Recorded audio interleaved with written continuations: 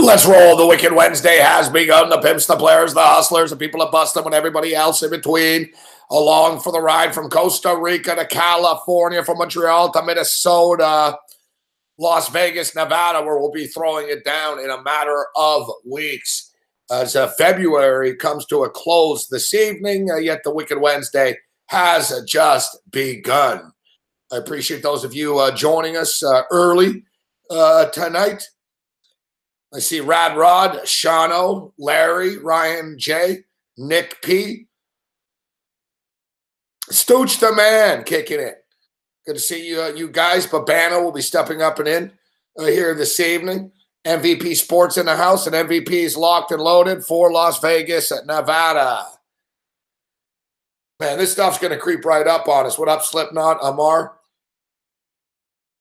Andy Harris in Arizona. What's up, Arizona? Joe Murkowski. Joe Murkowski. Scartown. Yeah, I'm looking forward to Vegas as well. Kitchener Ranger Ray. Small thrill.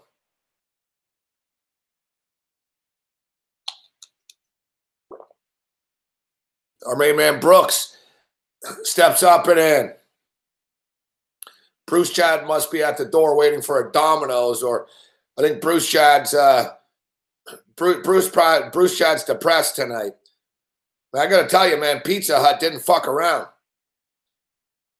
Pizza Hut motherfucking didn't fuck around, man. Pizza Hut stepped up and in. Papa John's canceled their sponsorship last night with the National Football League. The NFL announces this afternoon Pizza Hut is the new official sponsor. I think Domino's dropped the ball.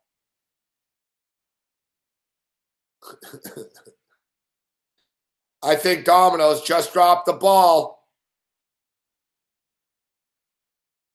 Like, that's pretty impressive. Like, if Pizza Hut gets their fucking pizza to your house as quick as they jumped on the NFL, then Pizza Hut's not fucking around.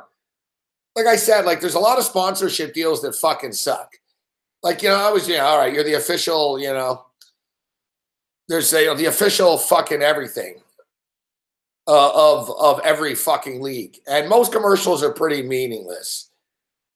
But you get ambushed with fucking pizza commercials during NFL football games, people are going to break, and people will eventually break down. Look, I admit it, that fucking Tostitos or Doritos ad during the Super Bowl, I didn't even see it, but they were talking about Doritos so much, I ended up buying a bag of Doritos after the fact. And I enjoyed them.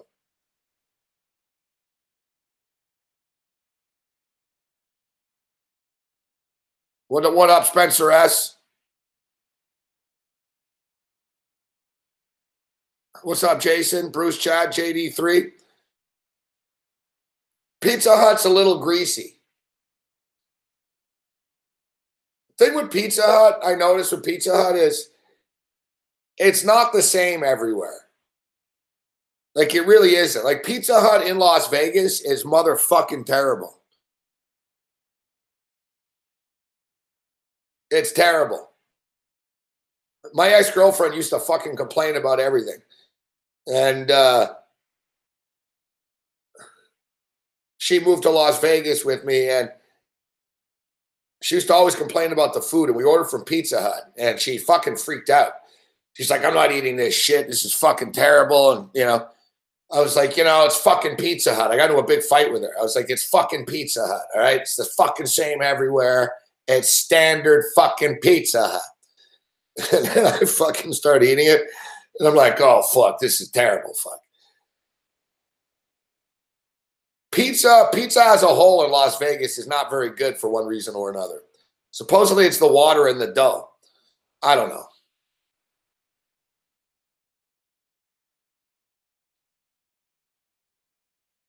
So Babano will step up and in. I'm curious to find out, where does Babano order pizza from? We'll find out. We'll find out who Babano likes in the Nevada UNLV game. Now, I don't know, man. College basketball is fucking whacked right now.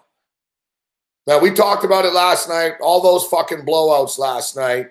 Home teams getting motherfucking smoked. And tonight it's like Bizarro World. Guys, the total for the Villanova-Seton Hall game was 160 fucking points. They scored 42 points in the first half. 24-18 in the first.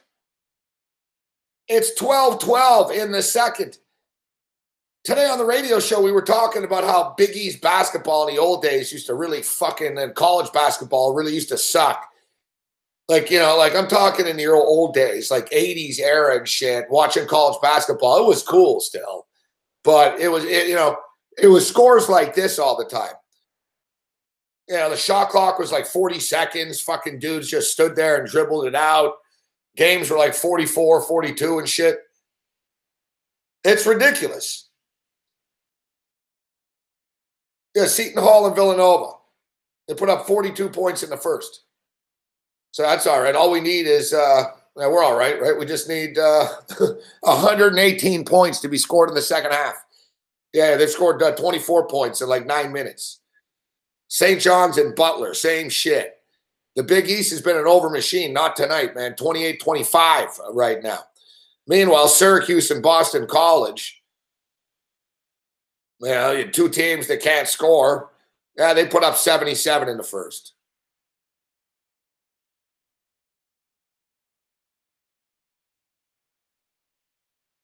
We do have some good late night basketball. Although I'm getting killed here right now, which is, well, I'm not getting killed because I didn't go big, but it's frustrating right now.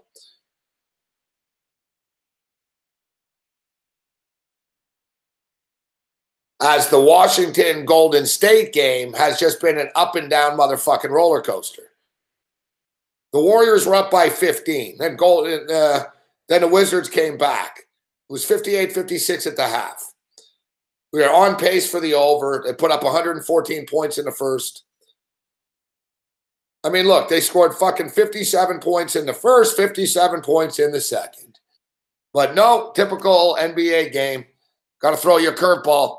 27-14 in the third quarter. They managed to combine for 41 points. Washington hits the wall, scores 14 points.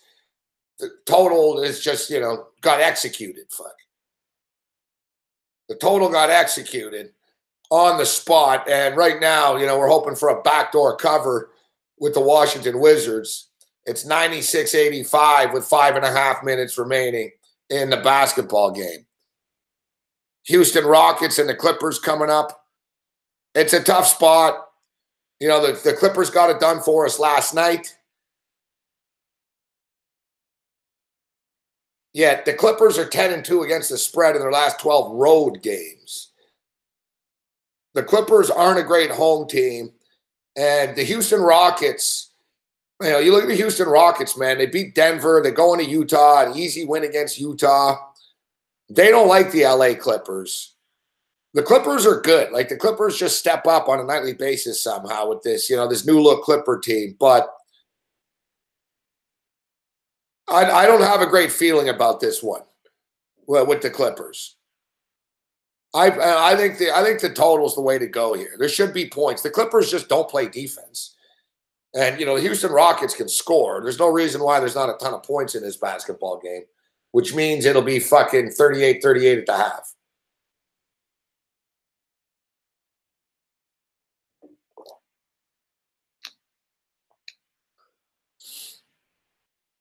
Warriors up by 11 right now. We're getting 9 with Washington. We need Washington to backdoor this. Big Ten Conference tournament action. Rutgers is up 46-42 right now. We'll keep our eye on the scoreboard for you. 40-36. We're on Clemson. 36-33 for Villanova with 10 minutes left. In-game total is 111. It's not often that the sportsbook and the odds makers are going to get a total wrong by 50 fucking points. 50 points. Like, I don't know. I didn't see the first half of this game, all right? Like, what's the fucking deal with this game? What, are they playing on ice? And, you know, they don't have skates? Like, what's the deal? Is the basket invisible? Is it like fucking cloak and dagger shit? Like how, I don't understand this.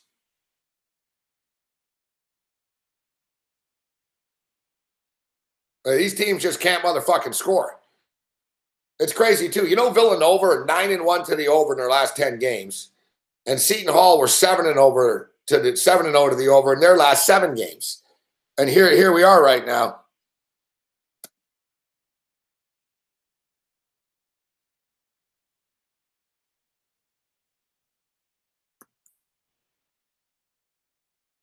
Yeah, I like the over in the Rockets game. I think the Rockets Clippers game, the over is the way to go. I don't want to lay the points, and I'm not in a hurry to take the points. If I had to, I would take the points. If I had to, I would take the points with the Clippers. You're getting 8.5 points on your home court. Let's get you an updated number, and we do have an announcement to make as far as sports books are concerned.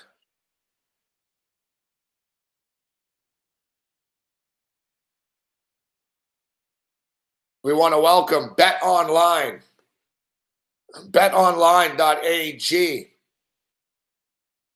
As we gear up for March of Madness, BetOnline, the official sports book of the late night anger management class. As it was the Super Bowl betcast, BetOnline stepping up. BetOnline AG, quality book. You guys already know that. But in the coming days and in the coming week or so, we'll have some promo codes and then we'll all load up and cash some NCAA basketball futures.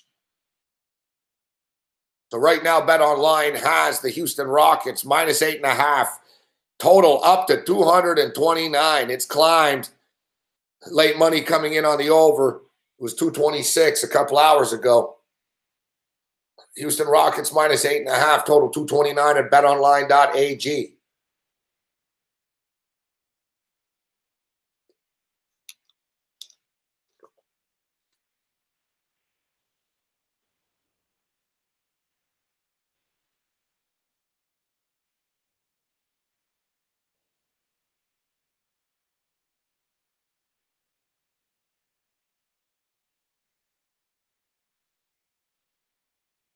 So we've got a college game coming up a little bit later on here at 11 o'clock Eastern.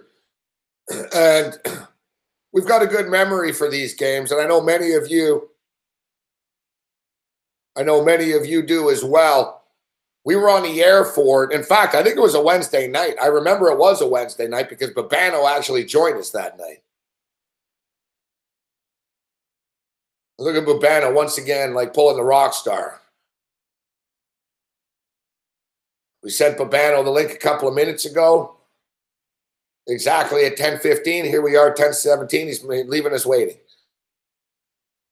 Babano likes to set the table. He's like I said, he's like Maradona or closer to Madonna.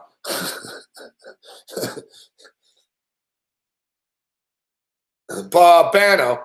So yeah, Babano's on the radar here this evening. But yeah, I remember it was a Wednesday night, and UNLV went up there to Reno, and UNLV weren't playing well at the time. And Nevada were like 9-point favorites in the game. And we took the UNLV Running Rebels, and UNLV actually won the game outright. Well, they're playing each other tonight. This time it's in Las Vegas. Nevada, 2-point road favorites in this game.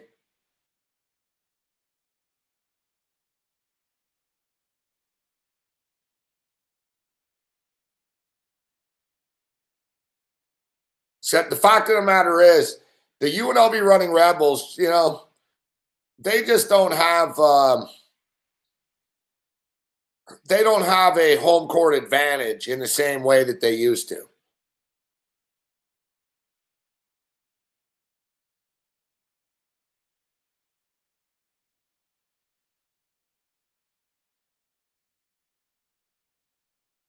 I just wanted to confirm that this game is at the Thomas and Mack Center because they shake it up a bit, right? They play at the T-Mobile Arena sometimes now as well.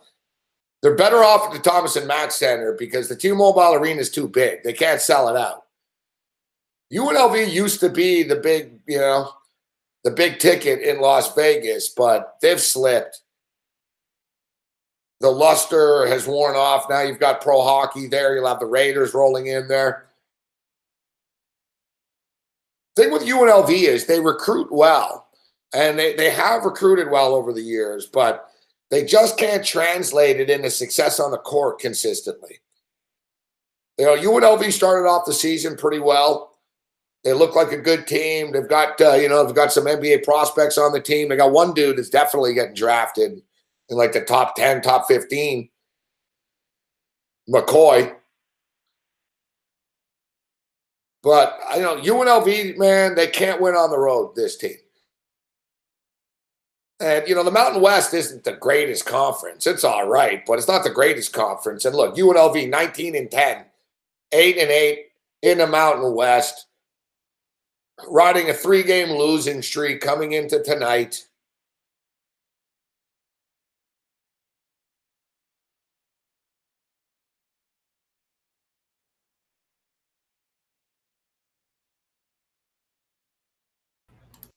Now, there's a lot of bad blood between these two teams. We talk about it in football, the old Fremont Cannon. I forgot about this. Last year, Nevada hired famed boxing announcer Michael Buffer to announce the starting lineups when UNLV was in Reno. The Wolfpack went on to a 27-point win. 3 weeks ago, UNLV, in its most complete game of the season, beat the Wolfpack. The Nevada players immediately started talking about how we're going to have to make up for this when we go back up there at the end of the year. Like I said, this is it's a monster revenge spot, and I think the revenge angle and the fact they're just playing better basketball right now. Like Nevada's on a run right now. They're a 25-5 basketball team. They're 14-2 in conference play. UNLV are just 8-8 in conference play. I think Nevada beat them. Let's bring in Ian Cameron, a.k.a. Babano. What's going on, Babano? Hey, Gabe, good to be with you as always. It's a Wednesday night. It's March starting tomorrow, March 1st. It's one of my favorite times of the year, Morency. I don't know about you, but how can you not love conference tournament time? I mean, it's starting the smaller conferences this week. We're going to get into the major power conferences next week. I love this time of year. I can't wait. Yeah. March is great. March into April, it definitely is. I'm a big fan of May as well with Banner. Just the whole March Madness is sort of the precursor. The conference tournament's the precursor into the March Madness tournament. Then baseball starts, and then the playoffs start. To me, after the end of September, when you get the NFL, college football, Major League Baseball playoffs all sort of colliding at once, and this year the NBA started earlier. That's my favorite time of the year. My second favorite time of the year is the NHL playoffs and NBA playoffs, sort of April time. But yeah, it's a great time of the year right now. But right now, actually, Babano, this is actually kind of the calm before the storm. You know what I mean? Like a lot of these college basketball games really don't mean jack shit, to anybody. Like some of the teams on the bubble, they do. They're crap-ass teams anyways. You got the conference tournaments coming up. Like I said, I find a little bit of a lull right now in the sports world, Babano, but it's going to pick up with the conference tournaments. Big Ten conference tournament began. I agree with that. I mean, this final week of the regular season, it drives me nuts with the major conferences. You got teams that are in sort of this waiting period, just waiting for the conference tournaments to arrive. Look at a Nebraska, for instance. They know their path to the NCAA tournament is win a few games coming up in the Big Ten tournament, because for as great as an against the spread team as they've been, and they've been absolutely phenomenal, they've helped my bankroll a lot, Nebraska, this season. They've got work to do. You got to separate ATS success with building a quality resume for the big dance. Nebraska's not been able to do that so far. They need to be able to play in Michigan, play a Michigan State, play a Purdue coming up here in the Big Ten tournament and show they can beat one or more of those teams. I think for them to feel truly comfortable that they're in the tournament. So you look at Nebraska, one of those teams that's going to be targeting the conference tournament as a big time opportunity if they're going to be dancing in a couple of weeks. I like to have a battle. You know what would be cool actually if we had a tournament with the forget about the real records. Because, like they say in Vegas, right? And the Westgate coined the phrase, we got to give them credit for it. Good teams cover. Good teams win, great teams cover, right? So, yeah, it'd be cool if there was just a tournament of the top ATS teams. Like, doesn't matter what your record is. If you're good against the spread, you're in. The number one team in college basketball, you just mentioned them, Babano, the team that's covered the most this year, the Nebraska Cornhuskers. 22-7 against the spread. Virginia Cavaliers, number 2. 18-6-1 against the spread. Giggle away, Babano. Canisius. Yes. 28-1 against the spread. Canisius. 28-1. So it's be a good tournament. Somewhere Brian Blessing is smiling hearing that. Yeah, if you took Canisius every fucking game this year, man, you're up 12 units. William and Mary, 17-7 ATS. NC Greensboro. You notice, like, with the exception of Virginia, Nebraska's in a big conference, but there's a lot of these sort of second-tier teams that are ATS monsters. Canisius 28-1 against the spread. William and Mary 17-7 against the spread, number 4. Bill and his bitch. Yeah, they've been good to me too. Number 5, NC Greensboro. 16-7-1 against the spread. Yep. Mike Dahm and company, the Rabbits. Jackrabbits, 16-7-2 against the spread. Xavier, 20-9 against the spread. UL Lafayette, Louisiana Lafayette, 15-7 against the spread. Interesting. There's your top 8 ATS Warriors this year, Babano. And a lot of them have a reasonable chance to be in the tournament, believe it or not. Nebraska can still get there. Don't sleep on Canisius and the Metro Atlantic. Tournament worthy, Babano. I mean, are there really fucking 68 better teams than these guys or 69 better teams? This is where it's bullshit, actually. When you get into this, like Prairie View A&M and some of these stupid teams that get in, it should really just be the top fucking team, shouldn't it be? Instead of saying, oh, yeah, you won your piece of shit conference, you're 36-point underdogs. They never win. A 16 seed has never beaten a 1 seed. So it's a waste of fucking time. They'd be better off just putting these fucking better power conference teams in, to be honest. This is one of those years where you're going to see some weird stuff going on, especially with some of these smaller conference tournaments. I mean, we see in the smaller conference tournaments, there's 8 seeds, 7 seeds, 9 seeds in these conferences that somehow steal a bid, win that conference tournament, and here they are in the NCAA tournament out of nowhere as a low seed in a small, mid-major, lower major conference. We saw that last year. We're already seeing signs of that maybe this year. You see a Mount St. Mary's tonight get beat in the Northeast Conference by Robert Morris. St. Francis, PA gets beaten by Fairleigh Dickinson in that same conference tournament. That Northeast Conference tournament already is standing out as one where there's a lot of shenanigans and shit going down in terms of upsets already of higher seeds. So you got to watch out for these mid-major conferences. Don't go with the chalk. Don't go with the favorites if you're betting conference tournament futures in some of these lower mid-major conferences. You get upsets, take some shots with some of these lower seeds because you see them get through year in, year out. Many of them. People in the chat are asking about the UNLV Nevada game. A little frustrating considering I spent about 10 minutes before you joined us, Babano, talking about it. But that's what happens when new people join us in the chat. I like Nevada in this game, man. I think it was a Wednesday night when they played. I swear you were on that night. And you were like, oh, if you're taking it, you got to sprinkle on the money line. I remember they ended up winning the game.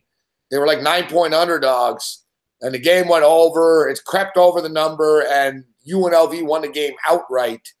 But UNLV are fading right now, Babano, down the stretch. They've lost 3 straight basketball games. The Nevada Wolfpack, I think they're on a 5-game win streak right now.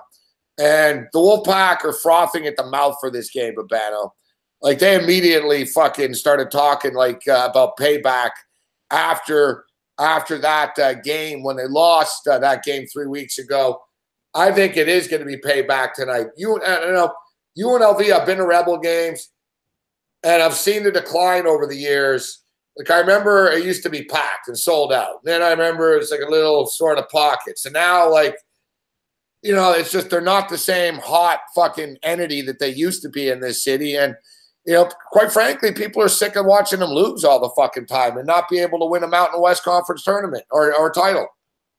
Here's the choice in Las Vegas. You can watch UNLV basketball puke on themselves time and time again, have great teams rolling out there, great talent, yet not be able to put it together. Recruit well, but it doesn't capitalize in the wins. That's right. Great talent. You roll them in here year in and year out, and you're not able to put it together on the court. You could watch that. You could settle for that crap-ass product. Or you could go down the street, watch Vegas Golden Knights just rip up the NHL night in, night out. Seems like a simple choice to me. Get there, Babano. Exactly. And then the Las Vegas Raiders show up there in a couple of years from now. Wait till UNLV could be buried on the 8th page. I like that better. You named all the cities for the Raiders. I know. So they should be called the Oakland, LA, Las Vegas Raiders. Yeah, Oakland, LA, Las Vegas. I was going through the whole windmill of TF. And the Raiders are like the one team too that somehow that their fans don't even get pissed. It's like, whatever. It's all the same thing. And it kind of is like people from Oakland didn't really abandon them when they went to LA. Some people were mad, but they didn't really abandon them. And then when they went back to Oakland, people in LA really weren't even that mad. Fuck, the Raiders are still a popular team in Los Angeles. Yep. And people getting it in Vegas, LA and Vegas is like the same fucking city, dude. Like it's like Vegas is like the party fucking spot for LA now. Yeah. So it's sort of connected. It's just funny. Like the Raiders move all the time, but nothing really changes. Like they have the same fans, the same nut jobs, whatever. Fuck Nevada, California. It's just a different fucking city, Babano. You know what I mean? Yeah. In terms of the Nevada UNLV game, I would only recommend Nevada. Now, am I in love with it? No. And the reason is I understand the revenge spot, and I like that angle of it going for Nevada in this game. But this is a banged-up team right now without one of their better players in Lindsey Drew. They've already locked up everything. Mountain West regular season title, #1 seed for the Mountain West Conference tournament coming up. And I've also seen some quotes that Eric Musselman might manage his bench a little bit tonight, try to pace the minutes of his starters. He realizes he's got a thin rotation right now due to injuries. Throw all that shit out, Babano. It's fucking UNLV. The kids on the team want to be. That's what I keep going back to. Yes, that they lost to UNLV. More than they give a shit about winning their conference tournament, I bet. They hate UNLV. Like, trust me, it's not Auburn, Alabama, this rivalry, but you'd be surprised, man. Like, the two cities really don't like each other. I never really realized how much Reno fucking hates Las Vegas, but there's, like, fights and shit. Like, there's fights with the fans. The football games get violent, man. Like, there's a lot of nut jobs in Nevada. It's a nasty rivalry. Like, these teams really fucking hate each other. And I'm seeing quotes in the Reno Gazette here of fucking Nevada players that are saying they really want to win this game. So, yeah, I think once this game gets going, but you can't say it's a lock. It's a rivalry game. And hey, UNLV had 19 wins, trying to get to 20. Babano, big game, big rivalry game. And it would help their cause to try to get into the tournament by having these 2 wins against Nevada on their resume. Here's the thing with Nevada, though. Nevada can't rely on, the Mountain West or coasting through the Mountain West Conference tournament. They can't assume that if they get knocked out in the Mountain West Conference tournament that they're still in the big dance. There's a lot of people saying that's likely the case. They could still be an at-large team, but that's not a given. That's not 100%. We don't know the chaos and craziness that could develop with the conference tournaments, especially in the power conferences next week. So you can't assume anything. They get in, Babano. I think they're a stone cold lock to get in. As an at-large, you think? Yeah. Oh, yeah. Yes, I believe that. Look, they have the win against Rhode Island. Like, who are their losses against, right? That's what the committee often looks at. The bad losses, road wins and bad losses. They love both of those things. Like, their losses are good losses. Like, and they beat Rhode Island. Like, who are their losses? Did they lose to Virginia? Yeah, they lost to Virginia. Yeah, no shame in that. Yeah, they lost to Virginia. They lost at Alabama. Yep. And they lost to Texas Tech on a neutral court. Like, you know, that's their non-conference losses. Well, they had a couple. They had a couple in conference. Yeah, they had a couple in conference. The UNLV home loss and Wyoming in overtime on the road. Those were the two conference losses. I think they went to Texas Tech because I remember that night. It was I think the Virginia game was on a neutral court. But anyways, those aren't bad losses. Like, I think they're guaranteed to get in. I think right now they're an at-large. They would get in as an at-large. But what if chaos happens? What if there's these thieves, these bid stealers that pop up out of nowhere? What if, Clemson springs an ACC tournament win out of nowhere? Steals a bid. Steals an at-large bid. It could happen. Clemson's automatically in. It's already Babetta. Yeah, there's going to be a team like that. There's the thieves, that I like to call them. Yeah, bid stealers. Yeah. I was going to say, but Clemson slotted into this thing. Like, no one doesn't think Clemson's getting in. I hear what you're saying. It would be more, if fucking Wake Forest won the ACC, you know what I mean? Or Boston College won. Then it's fucking, they're the thieves. You know what I mean? Then it fucks people. Because even Clemson gets bounced in the first ACC game. They're in a tournament, right? Yeah. Central Florida or SMU and the American, because everyone says there's multiple at-large candidates there. Houston, Wichita. I'd like to see your fucking Cincinnati. If you were the committee Babano, you got a weird fucking Babano. Babano's hardcore, guys. Everyone's on the bubble with Babano. Fuck, 25-5 doesn't matter. You're on the bubble. Fuck. It all depends on how it shakes out next week, and we don't know. I'm just saying to be cautious. If I'm Nevada, I'm not going into this Mountain West Conference tournament saying, okay, we can coast along. If we get knocked out in the quarters or the semis or whatever the case, we're certainly going to get through to the big dance. That's not 100%. It's right now it is, because I don't think there's enough chaos has happened yet. They're an at-large if this tournament started tomorrow. But you can't assume anything. Getting back, though, to this game, Nevada still, if they have any sort of inclination to hand revenge to UNLV, I still got to look at them as a better, more complete team in this game. I would lean Nevada. I haven't bet it, but if I would, I'm looking at Nevada. Bottom line. I'm looking. There's all kinds of bubble watches going on right now, Babano. Like I said, you're pretty hardcore right now. Let's rattle off a few of these. Alabama last night. To me, Alabama, you get fucking bitch slapped like you do on your home court. You can lose the game and no shame in that, Babano, right? Yep. If they lost a great game, 78-77 or something like that, I'd cut them slack. But there's not room for everybody. And to me, Bama losing in the fashion they did last night, they're done. Like Hawk Harrelson says, fucking, he gone. To me, Bama are done. Hard to argue. I mean, you could have said people were putting Alabama on the first four outline before that disaster and that stink bomb they laid against the Florida Gators last night. Now, after that game, can only imagine just the negative perception that people have now, the committee has on the Crimson Tide. That's a terrible loss. I mean, to not even be competitive. This is a Florida team, Gabe, that Mike White, the head coach of that team, is saying, I don't think my team's mature enough to get better and improve. And that's the team that went into Tuscaloosa last night and handed Alabama their lunch. I mean, that is not good. If I'm Avery Johnson, I'm coming up small now in a big spot. There's a couple little coaching decisions he's made in terms of who's going to be out on the court in key moments of the game I've noticed lately. It's kind of come back to haunt Alabama a little bit. It's been a tough go for Avery, too, from a coaching standpoint lately for this Crimson Tide team. I agree. I mean, they're falling out of this thing at an alarming rate at the moment. All right, here are the teams that are locked in right now to the tournament. At least here's a list of locks.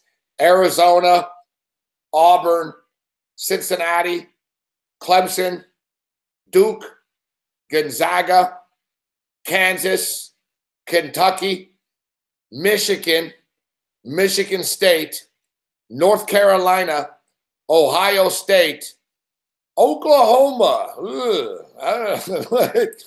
Talking about fade fucking team. You put Oklahoma in, they better not get a good seed.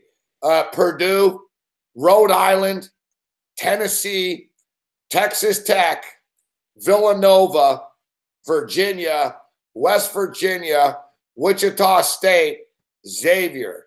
So to your credit, you're right, Babano. I don't see fucking Nevada Wolfpack on this lock list right now. It's just the way the committee thinks and the way they're so they don't fucking respect still. Mountain West. You're right. That's right. The way they're so fucking hard on for ACC and Big 12 and SEC and Pac 12 and Big 10 and all of those conferences over Mountain West or any mid-major conference. I've seen it too many times. It's unfolded. A little bit of a bias. We'll give these teams a break. We're not going to give Nevada a break. That's the kind of thing that's played out year in and year out. It could happen again. That's why if you're Nevada, don't take this foot off the gas pedal. Don't assume a damn thing. Go into that Mountain West Conference tournament with the vision and with the goal that let's win this thing. I think they got to do that. Here's the other teams that are all but in right now that you can't really argue otherwise. You can feel free to argue if you want to say no. TCU, they're a tournament-worthy team. TCU, yes. You agree with TCU? Yeah, I'd put them in. I mean, I think they could still benefit a decent showing in the Big 12 tournament coming up. Remember, TCU beat Kansas in the Big 12 tournament last year. It's a team that's capable. Jamie Dixon. Guy is 19. Yeah, they're getting in. Houston Cougars, 22-6. Yeah, they're in my tournament right now. Can't keep that. What about Texas A&M?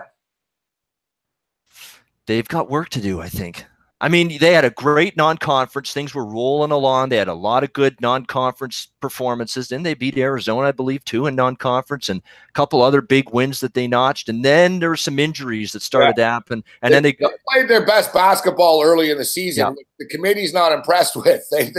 How about Arizona State? What do you do with the Sun Devils? It's like UNLV. I brought the top, man. I remember UNLV, man, we were all even saying, oh, damn, this is different with McCoy, and they look real good. And remember, they're like 10-1 and shit. Right. They can't beat Air Force on the fucking road. Once conference play starts. Same bullshit every year with these guys. It is. You know, I thought Texas A&M and Arizona State, when you just brought them up, very similar. I remember when ASU were ranked 1 and fucking 3 and shit early, and I was like, what are you guys, fucking nuts? It's like, it's Arizona State, man. They're not even a top fucking 20 team. But Texas A&M, I think they'll probably get in, Babano, because of the SEC. And like you said, it helps who you know, bro, in these things, right? That what conference are you in? How big is your school? The power, how much, how many jerseys are you going to sell? You know it. Texas, it's like bowl games and shit. And the college football rankings and all that crap, man.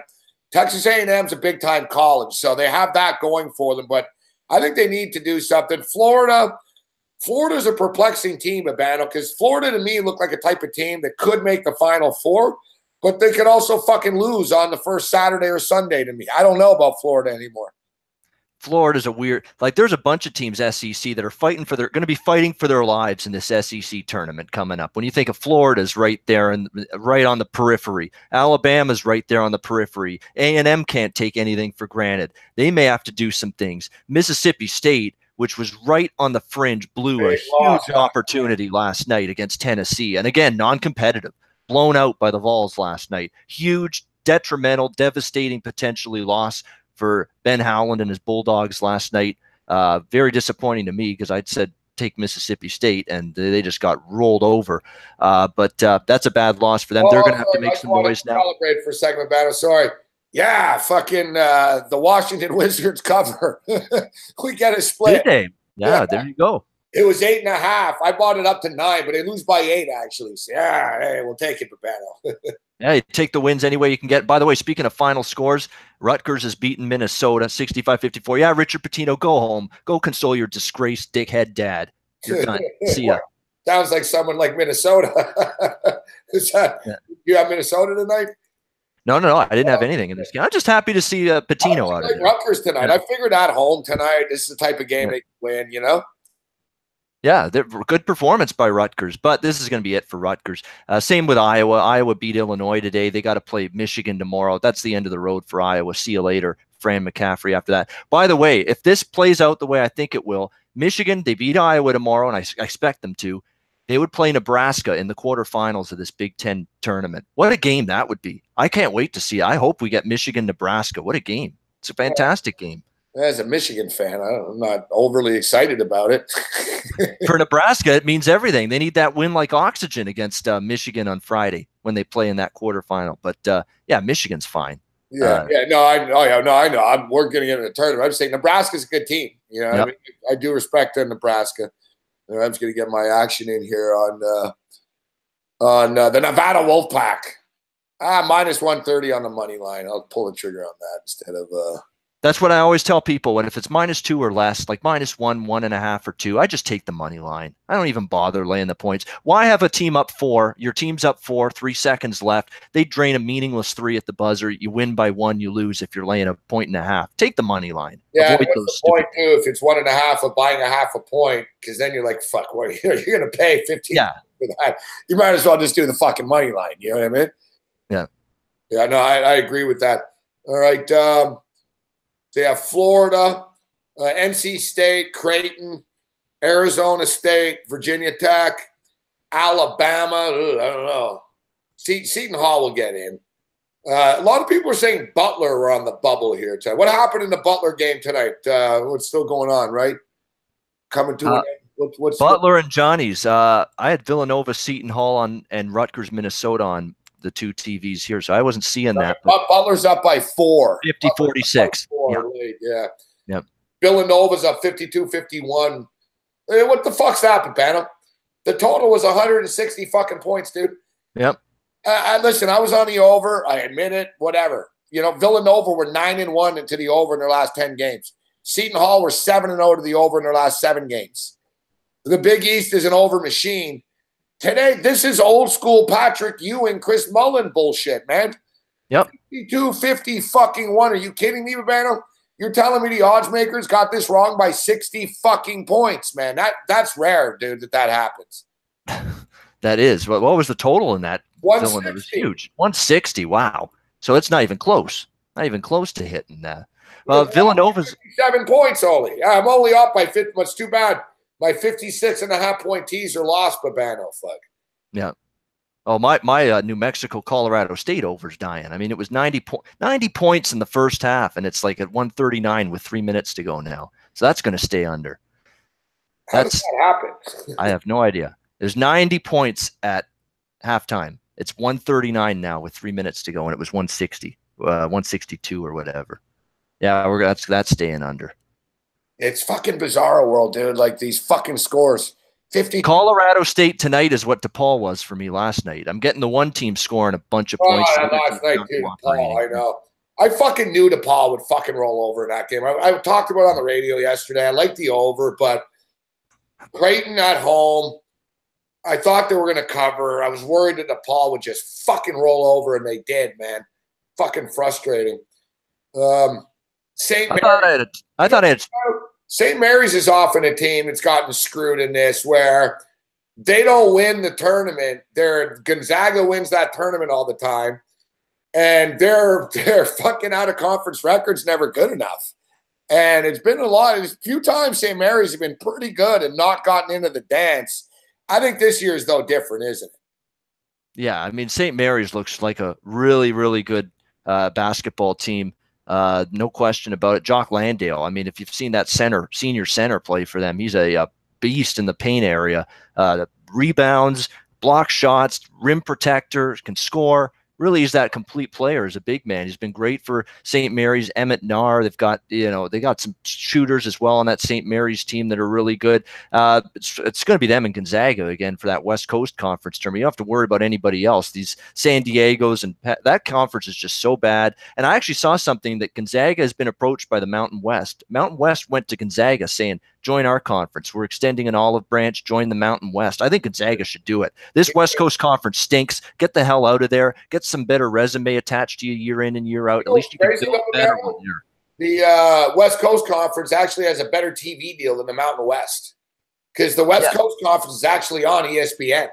Yeah, they're ESPNU or ESPN2 late night. Yeah, you're on, but the CBS Sports Network is the death zone, Babano. Malinsky brought this up for years. If you remember, the Mountain West used to be hopping, dude. It was good. Football and basketball. It was on ESPN, and they were getting good ratings, and the recruiting was going up, and they had TCU in football and Boise State and UNLV basketball and BYU and Colorado. It was exciting and shit. It was sort of a hot little – it was Pac-12 light. You know what I'm saying? Yeah. And they had a good thing going, but the Mountain West got these big grander – CBS Sports Network is a new network. They needed some properties. Sounded good, right? CBS Sports Network, but CBS Sports Network's not on in hotel rooms. It's not on average cable, Babano. You know what I mean? It's just not the same. And the Mountain West has sort of gone down. They've lost teams. I think Gonzaga would give a nice shot in the arm. And even if I'm Gonzaga, you know, you could play in the Pac-12. The Pac-12 is not going to welcome you, but you're good enough to play there. To me, it's almost criminal at this point that fucking Gonzaga are playing against the San Francisco Dons and playing at the Jenny Craig Pavilion against the Guerreros and shit. They're too good for this, fuck. I agree. Move it up, fuck. All right? Play UNLV. Play fucking Colorado State and these guys in Wyoming at least, fuck, you know? I think you can still build a much better resume in the Mountain West. But I agree with the television not being as good. CBS Sports Network, it's hard to find it. It's a niche network. It's not going to jump at you on your cable box or satellite guide or whatever the case may be. You can't find it. Hotel rooms don't offer it. Same problem MLB baseball runs into at playoff time, when all their playoff games are buried on FS1 or MLB Network. Yeah, you can't find those. A lot of hotels still, believe it or not. Same thing, but it's annoying. Like, you know, it's crazy. FS1 has a lot of properties now, right? Yeah. So, like, I'm in hotel rooms in Vegas. I was in my hotel room in New York. No FS1. No, it's ridiculous. You know, I'm trying to watch a fucking playoff baseball game, dude. I'm in a hotel room in fucking New Jersey. You know what I mean? I'm flicking around. I'm like, where's Fox Sports? Baseball game in my hotel room. They're like, well, we have it in the bar, fuck. It's like, fuck, I don't want it in the bar. I want it in my room, you know? Yeah, get comfortable watching the game. When I can get FS1 at my house and some U.S. hotels, you can't get it in your room? That's a problem. It's not in any U.S. hotel, Baban. Yeah. All right. Oh, it's an issue. I got it. Okay. Our boy Brooks. I'm seeing here on a bracket watch, USC just on the outside looking in right now. The critics of the USC Trojans say that they haven't really beaten anybody. They've beaten Middle Tennessee State, New Mexico State, Utah, and Oregon. They don't have any like big wins against anyone in the top anything. Essentially, this is a problem for them. You know, they just don't. They don't have any major wins that are outside of their conference. To me, listen. If I'm making the tournament, USC's a tournament team. This is what I'm talking about. When they get into this bullshit and you want to decipher the difference between a 21-9 team from a power conference and a fucking 20-8 team and stuff, and this team, yes, and that team, no. And, the fact is, these power conferences, they're better than these fucking mid-tier shit. They just are, fuck, Well, they have a home win against Oregon. That's the one that stands out to me for USC in conference play. But they blew a game against Arizona State. They got rolled over in the second half by Arizona. Really, like the Oregon Ducks is like the only named team they've beaten, even in Pac-12 play. As far as I know, this season, that's what we're looking at here. USC's got the win against Oregon at home. That's the one that stands out. Yet some people still have them as last four in terms of the bracket. And then there's some people that have them first four out. So they're right on that bubble. The Pac-12 tournament's going to be a big deal for Andy Enfield and his Trojans team. For them not making the tournament, that would be a stunner to me because that's a senior-laden team. They had Jordan McLaughlin, the tremendous point guard, back for that team this year. For them to not get in the tournament would be bitter disappointment for them. Yeah, really I don't understand how they couldn't make the fucking tournament. Like, really. But they do have work to do. I don't think you can.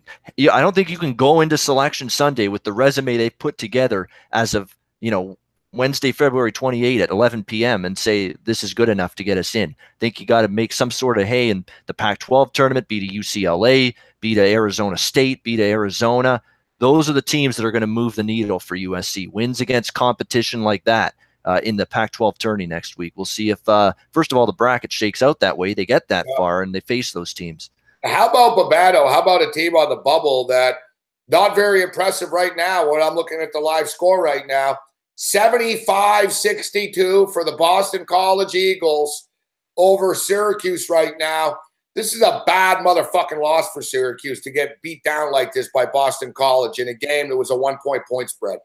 There's another team that's fading because they had an opportunity against Duke, and Duke just absolutely trampled them on the weekend. And now you follow that up with this, blowout loss on the road. I know Boston College is capable at home. Hell, Boston College beat Duke at home earlier this season. They're a decent home team, but still, it's not a good loss at all for Syracuse, just because you're getting really blown out, non-competitive. Syracuse, they're fading fast. They're another team that, unless they have a miracle run in the ACC tournament, they're going nowhere but the NIT in a few weeks from now. Any sympathy, any love for Notre Dame to get into the tournament battle? You take into consideration that they've had a lot of injuries for their best players, but they're getting these guys back right now. I guess I would say Notre Dame, they didn't cover tonight, but they get the win. They get to 18. If they get to 20, to me, Notre Dame, you win a couple of games in the ACC conference tournament, you get in. I think they're a tournament-worthy team. Like I said, they're getting healthier now, Babano. What's your take on Notre Dame being a conference, a tournament team? That's tough because to me, talent-wise, they can get in. But what do you do? I mean, if you're going to say, oh, this team's injured, so now they're healthy, even though they struggled with the injuries, we've still got to put them in. I don't think that way. You've still got to show me the results. You got to show me you can battle through the injuries, find ways to win games through the injuries. They didn't do that well enough. So for me right now, no to Notre Dame. No to Joe Bowen. Sorry, Joe Bowen. I know you love Notre Dame, Holy Mackinac, all that, but Tim Anderson? Got work to do. Tim Anderson. Timmy, yeah, you're right. Tim Andercust, yeah. I remember Tim once on the show, Big Man on Campus, fucking nearly had a heart attack when he said it. It was football. I don't know whether it was like a Saturday night game. I think it was on Patreon, and Tim Anderson said, "Well, I just hope Notre Dame don't get screwed by the refs like they always do." And both me and Big were like, what did you just say? Did you just say that Notre Dame gets screwed by the refs all the time? And he was like, yeah, the system hates Notre Dame. I was like, holy fuck, man. Wow. But poor Tim Anderson. All right, but we wanted to ask you. A lot of people were asking. So Big Man on Campus brought this up to me actually. Said you had to bail on one of your video hits because you were attending Soup Fest. Oh, that got out, huh? Yeah. It got out. We know everything, Babano. What, you got some spies following me everywhere now? We know everything. Track me down? Every move, Babano. We know your every fucking move. Yeah, it was Soup Fest. It's an annual thing here in the city of Hamilton. They've had it for with your buddies. That was the thing that caught us off guard. That you said, "Oh, me and my boys, we're going to Soup Fest." Sort of like you were going to Vans Warped or something like that. And so, Big Man on Campus was ripping you pretty hard for it, actually. He thought it was pretty. Oh, was he? Wow. Yeah, bring it up. He was talking shit like it was a big geeky thing to do. Oh, big geeky thing to do. Well, guess what? I'm going to say, when I looked it up, those soups look pretty good, Babano. I was going to say, this is not your average Soup Fest. You've got restaurants and cooks and chefs from all around the Hamilton, Burlington, even Oakville, stretching out that far, that bring a special, different kind of unique flavor type of soup to these events, and they bring it there, and it's like a competition and all that. They're not. Believe me, I'm not going to some Soup Fest to taste chicken noodle soup, to taste beef barley soup. I can have that in my sleep. I want to go there for something that's fresh, unique, innovative, tasty, delicious, unique recipes. That had it all. I thought it was great. Every soup was different. You had great selection. Pumpkin pie soup you had. Some of the soups that Babano tried. There's a bunch of them. Fish and all right, Bisky Business, fish and chips. Bisky Business, yes. The with the lobster and the cream sauce, and you like the Bisky Business, all right. Fresh pieces of lobster. Dude, that was not stale lobster. Tomato, smoked sausage, and kale. That was good. Berkshire pulled pork chili. Winner of Soup Fest must try soup. Kelsey's Original Roadhouse. I had the spicy type of that one. The chili beef pot roast soup. Spicy as fuck, but boy, it was tasty, delicious. Did you try the War on Winter?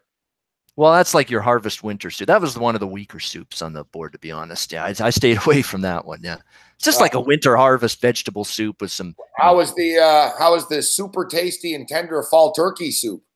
Oh, very good, very filling though. I mean, they loaded that stuff with turkey. It had tons of turkey pieces in it, big pieces too, huge. This is the one that sounds good to me. Fisher's Pier Pub, first runner-up in best display. Fire roasted tomato soup with grilled cheese crouton. That was the one good. that sounds like a winner to me, Babano. That was good. It was good. It was like, honestly, you had the little bits of like, you know, like you croutons and salad. It was like little bits of grilled cheese sprinkled on the soup. It was fantastic. High spice Delicious. coconut soup. That's Didn't have that one. high, I could. high spice coconut soup. I like the sound of that one. I had like 9 or 10 of those little bowls they serve. Like, and there's bread. They give little, so what's the deal? So yeah. like they give you a bowl of soup and they give you there's like fucking French bread there to dip the soup and shit. There's butter there too. 3 different types of bread at the bread stations. They have 2 huge bread stations in the convention center. They got butter, margarine, jam, different spreads that you can put on the bread. Oh, they had you can get beer there. They had a bar there, open bar. You had to pay. Really, I was going to ask because I see it's the Living. It was put on by a church. It's the Living Ministries that sponsors it, but you can still get some booze in you. Yeah, absolutely. Yeah, so they're serving alcohol. So guys are drinking. So you had a couple of beers and some soup. 1 beer, and then I had mostly water with the soup. You know, we had some water here, like George Costanza. Yeah, but it was good. Some of those soups were spicy. Oh man, they loaded it with hot sauce and Frank's Red Hot and sriracha sauce in one of the soups. Oh man, smoked sausage and kale soup. That doesn't burn my fucking mouth off eating some of those. Yeah. It was good though. It was worth the trip. Yeah, it's good on a Wednesday afternoon. I don't usually do shit like that. They have a special little lunch type thing going on, and it was good. It's a good event. It's well attended. And the place was packed during lunch hour. You couldn't move almost in the place. So it gets a lot of people out for that. All right, Babano. So we were talking about this earlier that Papa John's has stepped down as the sponsor of NFL. So I thought Domino's was going to step up and in, but Pizza Hut, Babano, Pizza Hut becomes the official sponsor of the NFL. Papa John's really showed the NFL, right? The NFL went about 3 hours without a pizza sponsor. Fucking next day, right? Pizza Hut, we're charging them even more. We're making more money. Thanks, Papa John's. But we were wondering on the show when Babano and the crew, Babano and Johnny Manziel and the boys are watching football. Who are you ordering pizza from? And don't tell us some fucking place called Don's Pizza in Hamilton, some local place. If it's a chain, where are you ordering from? Yeah, I mean, I was going to give you Valentino's Pizza, but it's a Hamilton chain. Yeah, and of course, it's the best, right? It's fantastic. I mean, it's got the special ingredients they have. It's an Italian 39 years they've been in existence in the city. It's an institution there. Tremendous pizza. Valentino's. Yeah. It's the one thing that I'm sick of. Everybody, I saw a guy, my boy John Lerner, who might be watching. He's like, the Toronto pizza doesn't compare to fucking New Jersey pizza. And big man on cap, Philly pizza makes fucking New York pizza look like New York people in New York. Every fucking city, Chicago. Fucking pizza, there's good pizza and bad pizza in every fucking city in the fucking world, all right? It's as simple as that. Yep. No, I agree with that. A chain, I will actually, the chain's tough. I mean, can you count Pizza Nova? I don't even think you can. That's not a major. No, you can't count Pizza Nova. Pizza. Hell no. I'll tell you right now, one I won't recommend is Pizza. That I can't stand Pizza. I actually got sick once eating Pizza. I did not appreciate that one bit. Not happy at all with Pizza. I will honestly say, and I will give Pizza Hut the winner. I'll make them the winner because when I was a kid at high school, St. Mary's High School in Hamilton had a Pizza Hut down the street. We went there for lunch, usually once a week, once every 2 weeks. They had a lunch buffet every day there, and it was great. Pizza all you want, salads, breads, chili, lasagna, pastas, everything there for the lunch buffet, and it was really good. So for that reason, because of my lunch buffet experience at Pizza Hut, once a week, once every couple weeks back in high school, which was 20 years ago, I will give Pizza Hut the win. So for that reason, yeah. What was the last time you've ordered from Pizza Hut then? It's been a couple of years though. I don't have it regularly. So yeah, you only support local mom and pop places. Yeah, exactly. The mom and pop shops. Yeah, I would be like in Seinfeld. Shop. There is no mom. I'm a Kramer. I support mom and pops. Yeah, there's no mom and pop that delivers pizza in Toronto. Really? Huh? No. Why am I not surprised? Then just another local business in Toronto. Come on here. Like Montreal, Montreal, there's awesome pizza places like on every third block, and like every district has sort of the Valentino type. Like every district has the guy that's been there for 50 years and stuff like that. Like chain pizzas, it's weird. Like different cultures, man. Like Tim Hortons isn't big in Quebec. You know, like Starbucks isn't big in Quebec. It's like corporations and chains don't really work in Quebec. You still have mom and pop stuff. They resist the corporation. And people in Quebec they feel like a tool fucking buying shit from corporations. So they'd rather not. Like, I was surprised. I'll give them credit, though. There was a pizza that opened up in Montreal, and I was like, there's no way in hell this place. No one's going to eat there. Fuck. They're going to eat there once. They're going to see it's shit, and they'll never go fucking back. And the place is battled, man, but they got to give the pizza away. It's like fucking $5 for like a big pizza and shit, you know? It's like, it's fucking bad. But, so, you know, you haven't tried Papa John's before then? I honestly have not. That is a honest truth. I have never had a Papa John pizza. You ever tried Little Caesars? I have. Little Caesars is okay. Not my favorite, but it's okay. I'll eat it. And you haven't had Pizza Hut in years. Yeah. Pizza Nova and Valentino's are the ones I go. I'll go into town. There's a Bread Bar, a very popular restaurant in the downtown Hamilton there. Really good pizza there. Excellent pizza, actually. If you're going to eat in, Bread Bar, downtown Hamilton. I always like the pizza there. Excellent. You know, I don't. There's a Pizza Hut pretty close to me, actually, and it's too expensive. And I don't know. I find it too greasy and shit. I don't know. Like everything just tastes the same there. Like I find it like when you eat Pizza Hut, it's just fucking pure. And even me, I'm a pretty fucking greasy dude. But I find Pizza Hut, I hate to admit it, but I've actually enjoyed the Papa John's pizzas that I've been eating recently. I mean, I that doesn't shock me. I've heard good things about it. I've not tried it. I can't comment, but I've heard people say it's not bad. They eat it. They enjoyed it. A lot. Chris Ed says, I used to work at Little Caesars. We got robbed. I got a gun pointed right at me. Yeah, pizza. Apparently, I'm not alone with the pizza. Apparently, I'm not alone with the pizza commentary. No one's ever a big fan of pizza. No. Pizza's all right. I don't mind the cheese, the extra cheese pizza isn't bad, but it's like McDonald's sort of. You got to eat it right away. You know what I mean? Yeah. I don't mind. I don't hate pizza like people do. I don't like the pepperoni at pizza. Like at all. Like I just don't like it. I don't like a lot of their ingredients and shit. But you know, some of their slices aren't bad. It's not as bad as people make it out to be. The worst pizza is Sbarro. The shit in the malls. That's the worst fucking pizza. Yeah. Roma pizza's not very good either. I've had that before. Oh. Yeah, that's the Tim Andercuss's favorite pizza, Sbarro, the mall pizza. Yeah. Yeah, that's a little no. No, I don't go to malls to eat pizza. Mall food court pizza? Is that what he's talking about? Yeah. Oh my gosh, never in a million years I'd eat pizza in a food court? In a mall? No. I've had a slice Absolutely of not. food court No chance. before. None. Zero that I eat pizza from a. I have, but I'm just not doing it.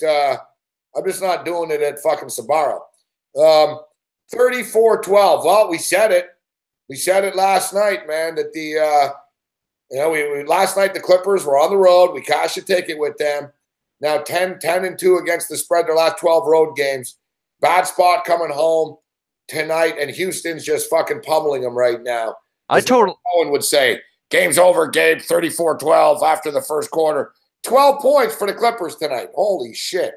You know what? My Colorado State over cashed after all. Some fuck up in the scoreboard there that I was looking at, sports options. They went over the total with plenty of room to spare. So we got that wrong. We did cash that. So yeah, 2-0. Yeah, I got to be honest. When I looked at the score, I don't know. I was like, he knows better than I do. Because I was like, fuck, it's already 90-60. It looks like it's going over. Oh, yeah, 108-87. That's the correct final score. Jesus, 195 points. You know, that's what happens. I've noticed, man, there's been a lot of sloppiness on the internet recently, but, man, have you noticed?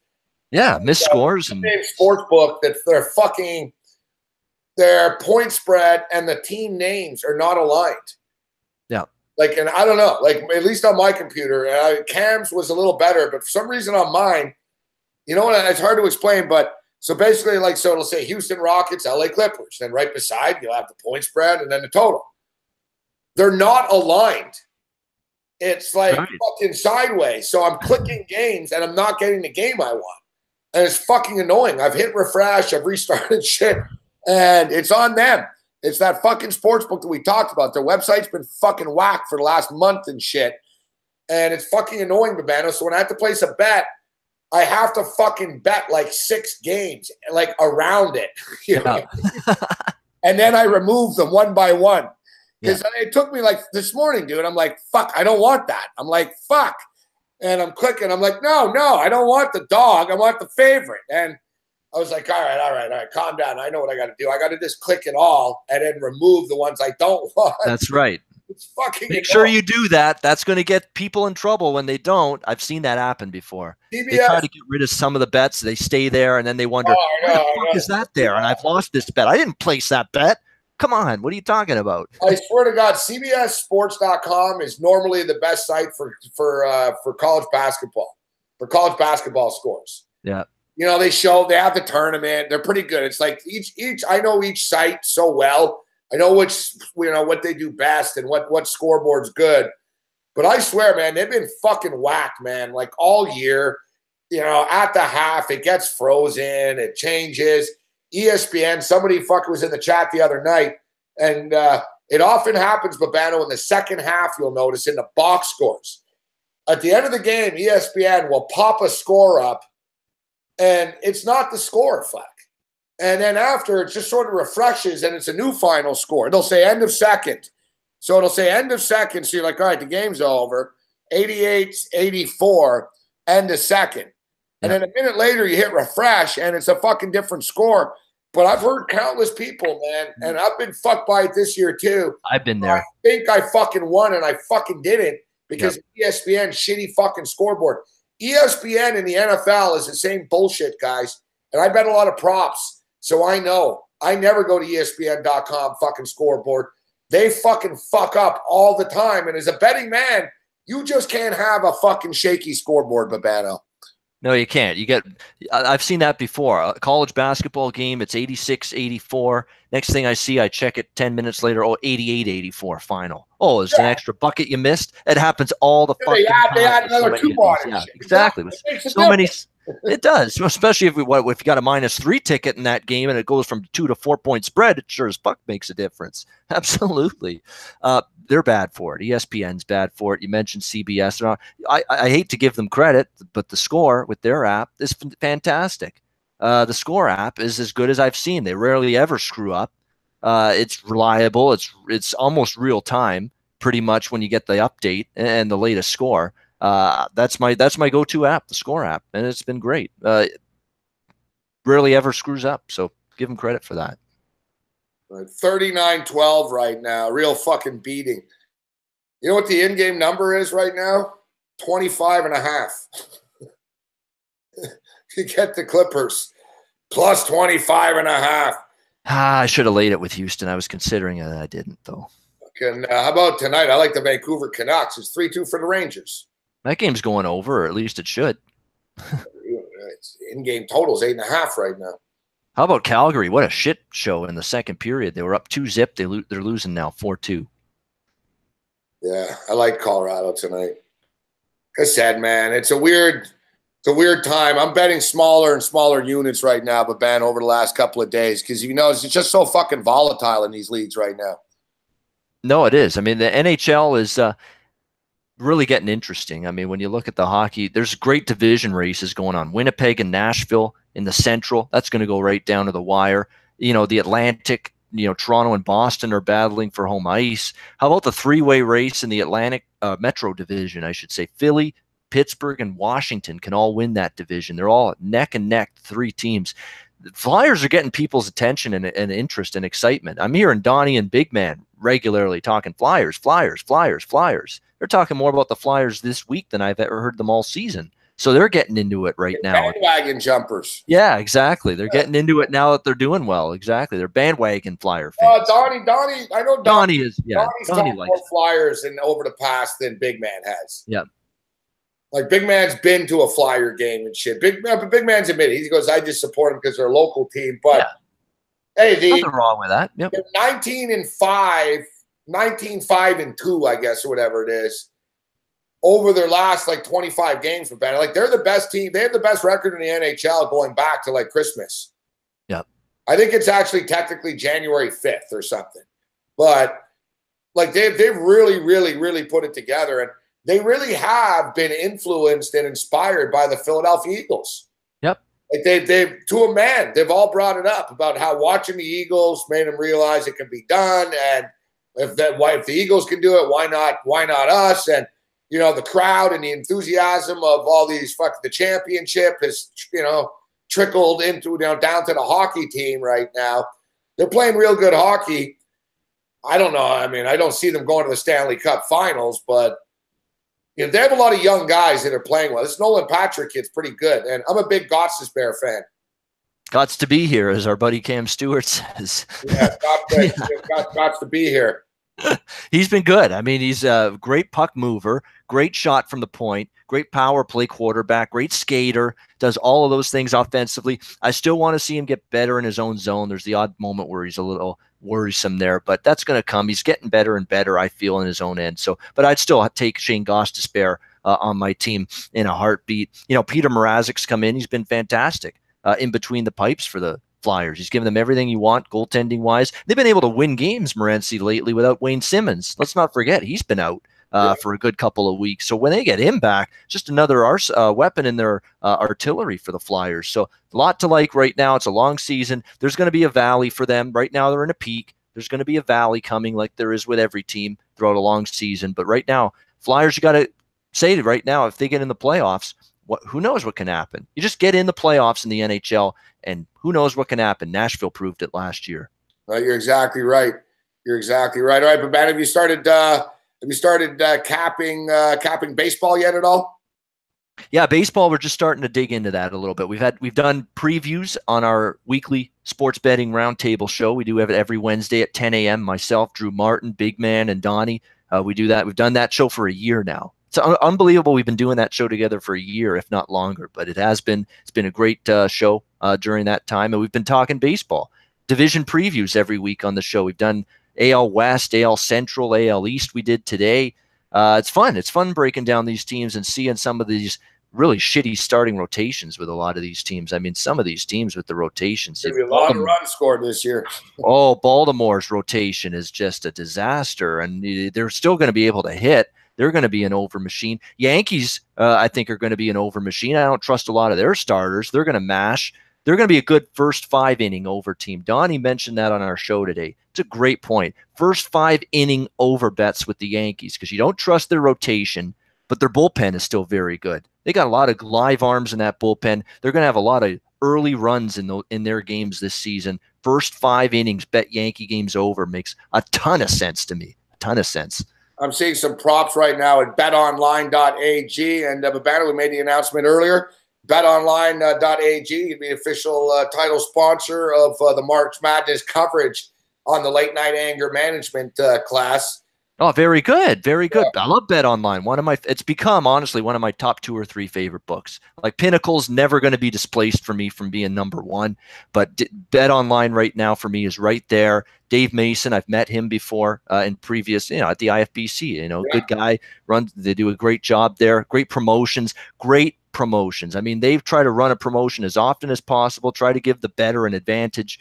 Dave Mason and Bet Online, quality establishment. Nothing but good things to say. Yep. We talked about the prop builder. They got the prop builder, and they've been getting a lot of mainstream attention because they've been firing off a lot of interesting baseball props. And here's some Yankee-related baseball props that Bet Online have right now. Giancarlo Stanton. Who's going to hit more home runs, Stanton or Aaron Judge? Stanton's minus 160, Judge plus 140. Who's going to strike out more? Aaron Judge, minus 350, Stanton plus 290. total combined strikeouts between the two of them. Wow. 327 and a half. That's a lot of strikeouts. Kind of leading over, to be honest. That's going to be the one issue with them. But like if there's between Sanchez, Stanton, and Judge, I'm not looking at the exact number. This is off the top of my head, but I think they struck out literally like nearly 700 times last year combined. Like it's a strikeout like fucking machine, like basically. Yeah. Like they're gonna put the ball over the fence a lot, but there's gonna be a lot of times where they will miss. I mean, they all strike out a lot, fuck. And that's good. That's the one issue. Everyone's talking about these big boomer bats here. Judge and Stanton likely going to be, next to each other in the lineup on a daily basis for Aaron Boone. But when you look at it, what am I going to get from these guys? I know I'm going to get the power. I'm going to get the home runs. I'm going to get the extra base hits into the gap. What am I going to get second and third with one out in a big spot? And these guys put the ball in play, get the run in, do the little things I need in a close game, maybe in the postseason, or if I'm battling for a division title or playoff wild card, whatever. These guys are going to be able to do that for me. I love the home run power. They've obviously freak athletes, tremendous power in their bats, no question. But the small ball, the ability to put the ball in play, move a runner over, get a run in. Can you do that? I still got to see that from Stanton and Judge. I don't see that enough from them, but that's really their only flaw. And striking out, obviously. Yep. So Aaron Judge struck out 208 times last year. All right, he struck out 208 times. That's a lot. Yeah, it's a lot. Well, he was swinging for the fences half the time. He was swinging out of his shoes 3-1 half the time. So, all right, Stanton struck out 163 times. Yeah. So what's that? We're at 271. Yep. Sorry, 371 between the two of them. 371. Now the prop is 327 and a half. And so how many times did Sanchez strike out? He struck out a lot too. Fuck. Sanchez, I like it. No, he struck out. Yeah, he played less games. He only played 122 games, but he struck out 120 times. So pretty much a strikeout per game type of deal. So let's pencil him in for about 150 strikeouts. You're looking at about 500 to 550 times combined that these guys going to strike out. You add it up, that's a lot of strikeouts, Babano, between the three of them. No, it is. I mean, they're not making it easy to bet, more over strikeouts there. Not at all. No, I'm going over. Like I think we have a fair number here. I see it's 327 and a half. I know it's hard to explain it. I'm mumbling the words, but Babano, look, as I stated, Aaron Judge struck out 208 fucking times last year. How much is he really going to shave that down this year, do you think? What? Let's say he shaves off 20 times or something, which he probably doesn't. So he's still going to be in the high 180s type of deal. Giancarlo Stanton struck out 160 times last year. And if you look at Stanton, that's pretty much his number. Let me dig deeper over the years here. I think this is a good fucking bet, actually, man.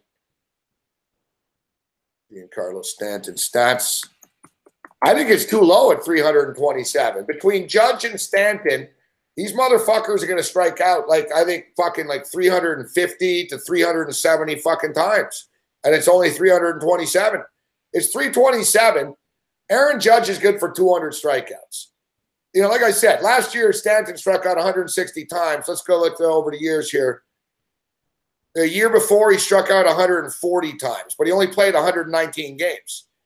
All right, he played 145 games. In 2014, he struck out 170 times. 2013, he struck out 140 times. 2012, he struck out 143 times. And he never gets through seasons, actually, Stanton. Fuck. 123, 116, 145, 74, 119. That's the only problem with this, Babano. I bet this, and one of these fuckers gets hurt.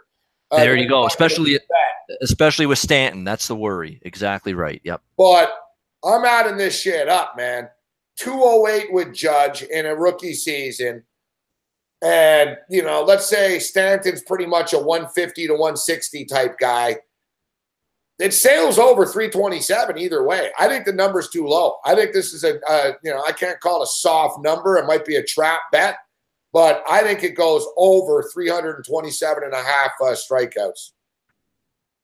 At that number, I think it's got a decent shot. It does. And you got to assume that, there's not going to be a massive improvement in terms of K rates dropping for either guy. And how much can you see it change in a year? I mean, usually it's going to take a couple. Usually when it's a power hitter, a Mark Reynolds type, it's going to take a couple years, if ever, for them to lower their strikeout rate. Even Mark Reynolds still strikes out a ton. We're still waiting for Mark Reynolds over the years to lower the amount of times he strikes out. It's always feast or famine with that guy. Bano, and people in the chat put words in my mouth. Someone's saying, oh, Morency's way off when he says the Yankees are going to go over 96 and a half. I never said. I said exactly. I would never bet a team to go over 96 and a half. I'm not betting that. No way in hell. Ever once saying the Yankees are going over the number. I said the Yankees are going to fucking be a dominant fucking team, and the Yankees are going to win that division. But I never said they're going to go over 96 and a half. I'm not even sure about win the division. You got to give Boston a shot in that division still with a little bit more of a sturdy rotation. Like, who can you hang your hat on in the Yankee rotation? Severino's the one guy I would. All his peripherals are fantastic. He's got the elite strikeout rate, elite ground ball rate, keeps the ball down. The odds makers are seeing it pretty much as a pick 'em. I mean, the Yankees are slight favorites to win a division over the Red Sox. Yeah. Because Severino's the one guy I think that's going to have a big year, but then there's a bunch of question marks. Masahiro Tanaka, you're going to stay healthy? Is your arm finally going to be okay for a full year? Carbs and calories. CC Sabathia, what's going to happen with him another year older and not necessarily another year slimmer? I mean, what are you going to get from him? What are you going to get from Sonny? Yesterday, my life. What are you going to get from him? Sonny Gray. Fine. Sonny Gray. Sonny Gray is a great regular season pitcher, Burbano. He's going to eat up innings. He's going to win fucking 13, fucking 14 games. But he's not the guy that, he's going to shut everyone down in the playoffs. And he's not an overpowering guy. He's a good regular season pitcher, this guy. He's a good pitcher, Sonny Gray. He's going to be just fine. He's got electric stuff, tremendous stuff. I mean, his pitching arsenal is fantastic. His issue last year. Gray, Tanaka's hit or miss. I'm not the biggest Tanaka guy at this stage. He gives up a lot of fucking home runs, this guy. CC Sabathia, Sabathia, we got to give him credit, dude. I don't know, if he got, that fucking staple fucking surgery or something, but Sabathia is almost like the new Bartolo Colon, dude. You know what I mean? In which you're like, man, this guy's fat. He's fucking done. He's fucking finished. He's not a bad comparison, actually. He's not terrible anymore, Ben. You got to give him credit. It's been 2 years. He's been good again. He grinded way more positive performances with the New York Yankees out of that season last year than I thought he ever would. Getting back to Gray, though, my one concern, I talked about he's got great stuff, but his walk rate, it went through the roof when he joined the Yankees. He's got to get that in check. You put guys on base, free passes, first and second, one out, one mistake pitch ends up in that ballpark, especially Yankee Stadium, ends up in the seats, 3-run home run. Next thing you know, don't walk as many people if you're Sonny Gray. If he can curb the walk issues that he had after he joined the Yankees last year, then I've got a lot more confidence. One thing I will say about the Yankees coming in here with the unknown is they have a new manager. And not just a new manager, but they have a manager that's never managed before, ever before. He's coming out of the broadcast booth into a dugout in the Bronx that's going to be quite the hot seat because the expectations are that the Yankees are going to run away with things. At least that's the expectation in New York.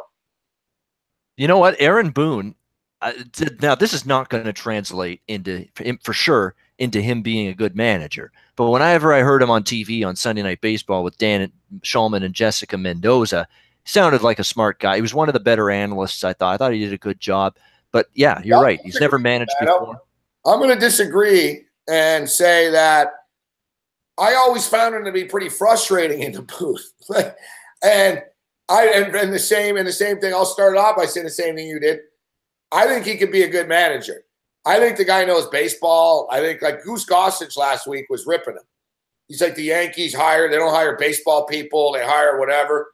And I'm thinking, baseball people? Fuck, how can he be more of a baseball guy than Aaron Boone? The guy's father was a Major League Baseball player. Yeah, he was in a baseball family too. Exactly. Yeah. He was a Major League Baseball player, and now he was a baseball analyst, baseball player. Grew up in a fucking dugout. His father was a player and a manager. Like you can't really be much more of a baseball guy than the fucking Boones. That's an asinine comment. I mean, this guy's spent how many years, probably Aaron Boone, of his life in baseball, whether it was playing it as a kid, playing it in the major league level, being a broadcaster after that, having a dad that played in the sport. I don't know how you make that kind of confidence and look at yourself and take yourself seriously after saying that. I like the chick. I actually thought the chick brings more to the table on Sunday Night Baseball than he did. I just found him annoying. He was always sort of complaining about shit. Like, it's a weird hire. It caught me off guard that they hired him. And it's a risky hire. Like I said, he's got zero motherfucking experience being a manager. You're going in, baseball's the one thing. It's like, you can't just be a fucking announcer, even if you're a former player, and just be a coach. You know what I mean? In football. Yeah. There's certain sports, it's not going to work. Baseball, it can. Baseball, it can. Like, he knows the grind of he knows a lot of the intricacies of the game that not a lot of people do. He's going to be able to relate to the players very well. But, you never know. We don't know what his personality is, Babano, right? I mean, what if Boone's a big fucking uptight dickhead and you start telling guys, I don't like your rap music and I don't like this. Shit goes south out in a hurry in a clubhouse in baseball. I've said it a million times. The number one job of a Major League Baseball manager nowadays is to just fucking make sure they don't hate you. I'm telling you. Like, that's the number one thing. Stay the fuck out of the player's way. Just keep the room in a good sense. Don't let shit deteriorate in a bad way. But don't be fucking – this isn't football. You can't be Nick Saban in baseball and shit.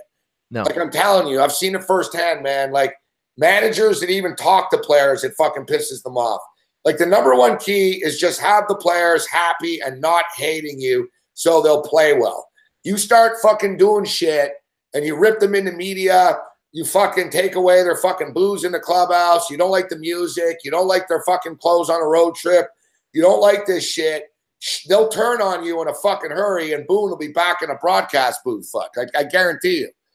That's the essential thing. One thing, when you're a manager, you got different personalities. You've got people that do their own thing, that think in different ways, that like different things. You've got to somehow make sure everybody is just, there's harmony in the clubhouse. Everybody's getting along. You don't want to step on anybody's toes. You got to stay out of the way. You can't just, you're right, go into the clubhouse. What if the group likes, a little Ice Cube mixtape? You can't just go in and shut it off. I don't like that. Change the music or whatever, or country or whatever the music is. You can't do it that way. Especially if he's never managed before, right? If you've won like a bunch of World Series, and you're like, all right, this is the way we do it now. It's like, all right. But if you're just some dude that shows up, because and let's be real, he got the job because he's buddies with Brian Cashman. Yeah. He had a good relationship with Cashman. And not to mention, Aaron Boone did fucking have a pretty big fucking hit for the New York Yankees. Oh, yes, back in the late 90s. I remember. Like, you can't, like, he's walk-off in the postseason. Yep. He ain't Derek Jeter, he ain't Babe Ruth, but in Yankee lore, that was a big fucking hit, man. Like, he came through. He came through with that big. He was a game-winning home run, 3-run home run. I remember he came down and bang, bang, and fucking. That was Boone's Yankee moment, and now he gets the job because of it. Yeah, I mean, there you go. I remember that was one of the bigger hits in the Yankees playoffs right there. That hit, and they've shown it a bunch of times. I remember seeing a Yankee spring training game a few days ago. They played that clip a bunch of times. So yeah, he's had the big hits. And that's the one thing you talk about. Boone's got to just take the temperature of the team, get to know people.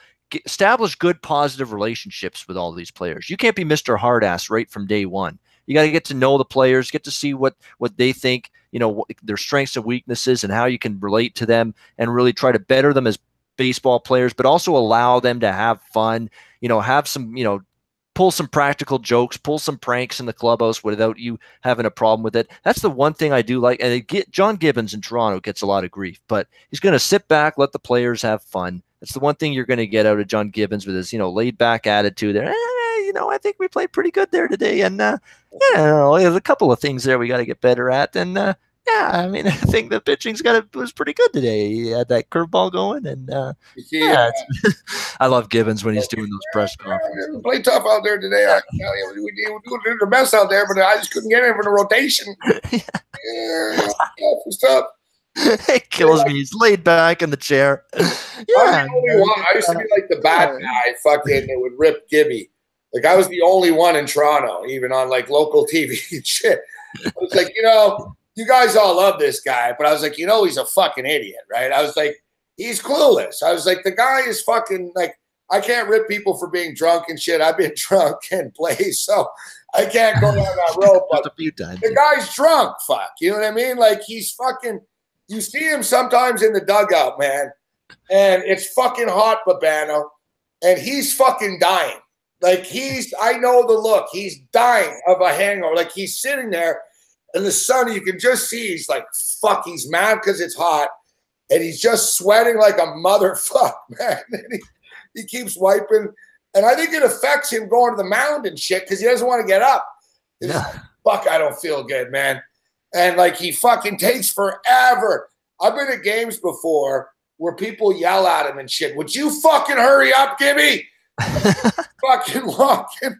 He's like, tough. He's like all hungover and shit. And I tell you though, in his second incarnation, he's much he's not as hungover anymore. Like I think like he's sort of new. Like, it's a little out of control. Like, I'm drunk all the time. Like he's definitely in better shape now. You can tell he's more alive now. He actually gets up and because like you notice like Madden and like fucking Bip Roberts on the Dodgers and like Gardenhire, La Russa. You notice like really good baseball managers. They're into every pitch, but they're hanging over the. Yeah, they've got their hand on the rail. They're yelling, hey, shift, hey. Like, here's Gibby. He's just the ump. Every pitch, like they have a conversation going with the ump. Hey, come on, Joe. That was come on, man. He was inside. This is Gibby just sitting back. Yeah. And then like in big plays, they're like, yeah, let's go. You notice Gibby, like you said, Gibby's like this. Fuck. He's kicked back, like slouched down like a team. Slouched down. Yeah, legs folded. Yeah. Folded. He's got a hat like really low, so he's like, maybe people won't look at me if I'm fucking, And then he's like, oh, fuck, do I got to get up? And he's like, oh, all right, fuck. And he does his old. Yeah, tap to the shoulder. He's got a hitch in his giddy up when he goes out to that pitcher's mound. He's like got the old side thing going there. That's the only thing. Yeah. I can take the ball from him. I want to righty. It's like Gibby. Like, act like you give a shit, bro. Like, you know what I mean? It's like he's coaching the men's softball league or something. And you notice, big man, there's never any small ball with the Jays, right? There's never a hit and run, or they never, like, when was the last time the Jays caught you off guard? And you're like, holy fuck, double steal, fucking bunt, double steal. They caught us off guard with that one. No. Gibby's fucking idea of managing is go out there and hit a 3-run home run, fuck. Yeah, exactly. I think I just caught you, by the way, calling me big man a minute ago. Can I get his 42 units of profit in college basketball while you're at it? I don't think I said big man. I don't think I said Babano either. No, I did. I caught a big man when you were talking just now. It's hilarious. Can I get his units of profit that he's won in college basketball? Man alive. I called Scott Engel Tony Cicada the other day. Yeah, but I'm not. It happens. No, Gibby is a good guy. He knows baseball. Gibby, he's not a great manager, but he's better than he used to be. I'll put it that way. Like, he used to be bad, but in his second incarnation, he's been all right. I'll give him credit for that. But still, nevertheless, I still think they go under 81.5.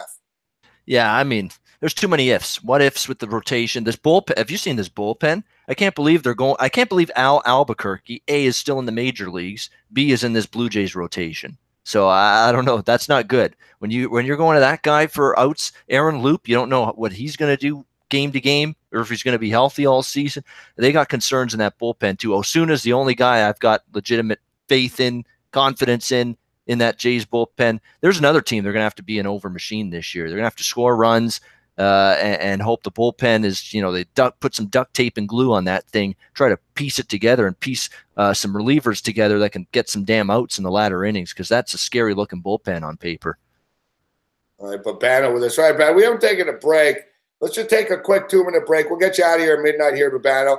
Let's take a quick break. People are asking about tomorrow's card. And I remembered you tweeting out that you actually watched like all these movies that are nominated this week, didn't you? I've seen a few of them. The Academy nominees, I'm behind. I haven't seen them all. I haven't seen Dunkirk yet, or I haven't seen I, Tonya yet.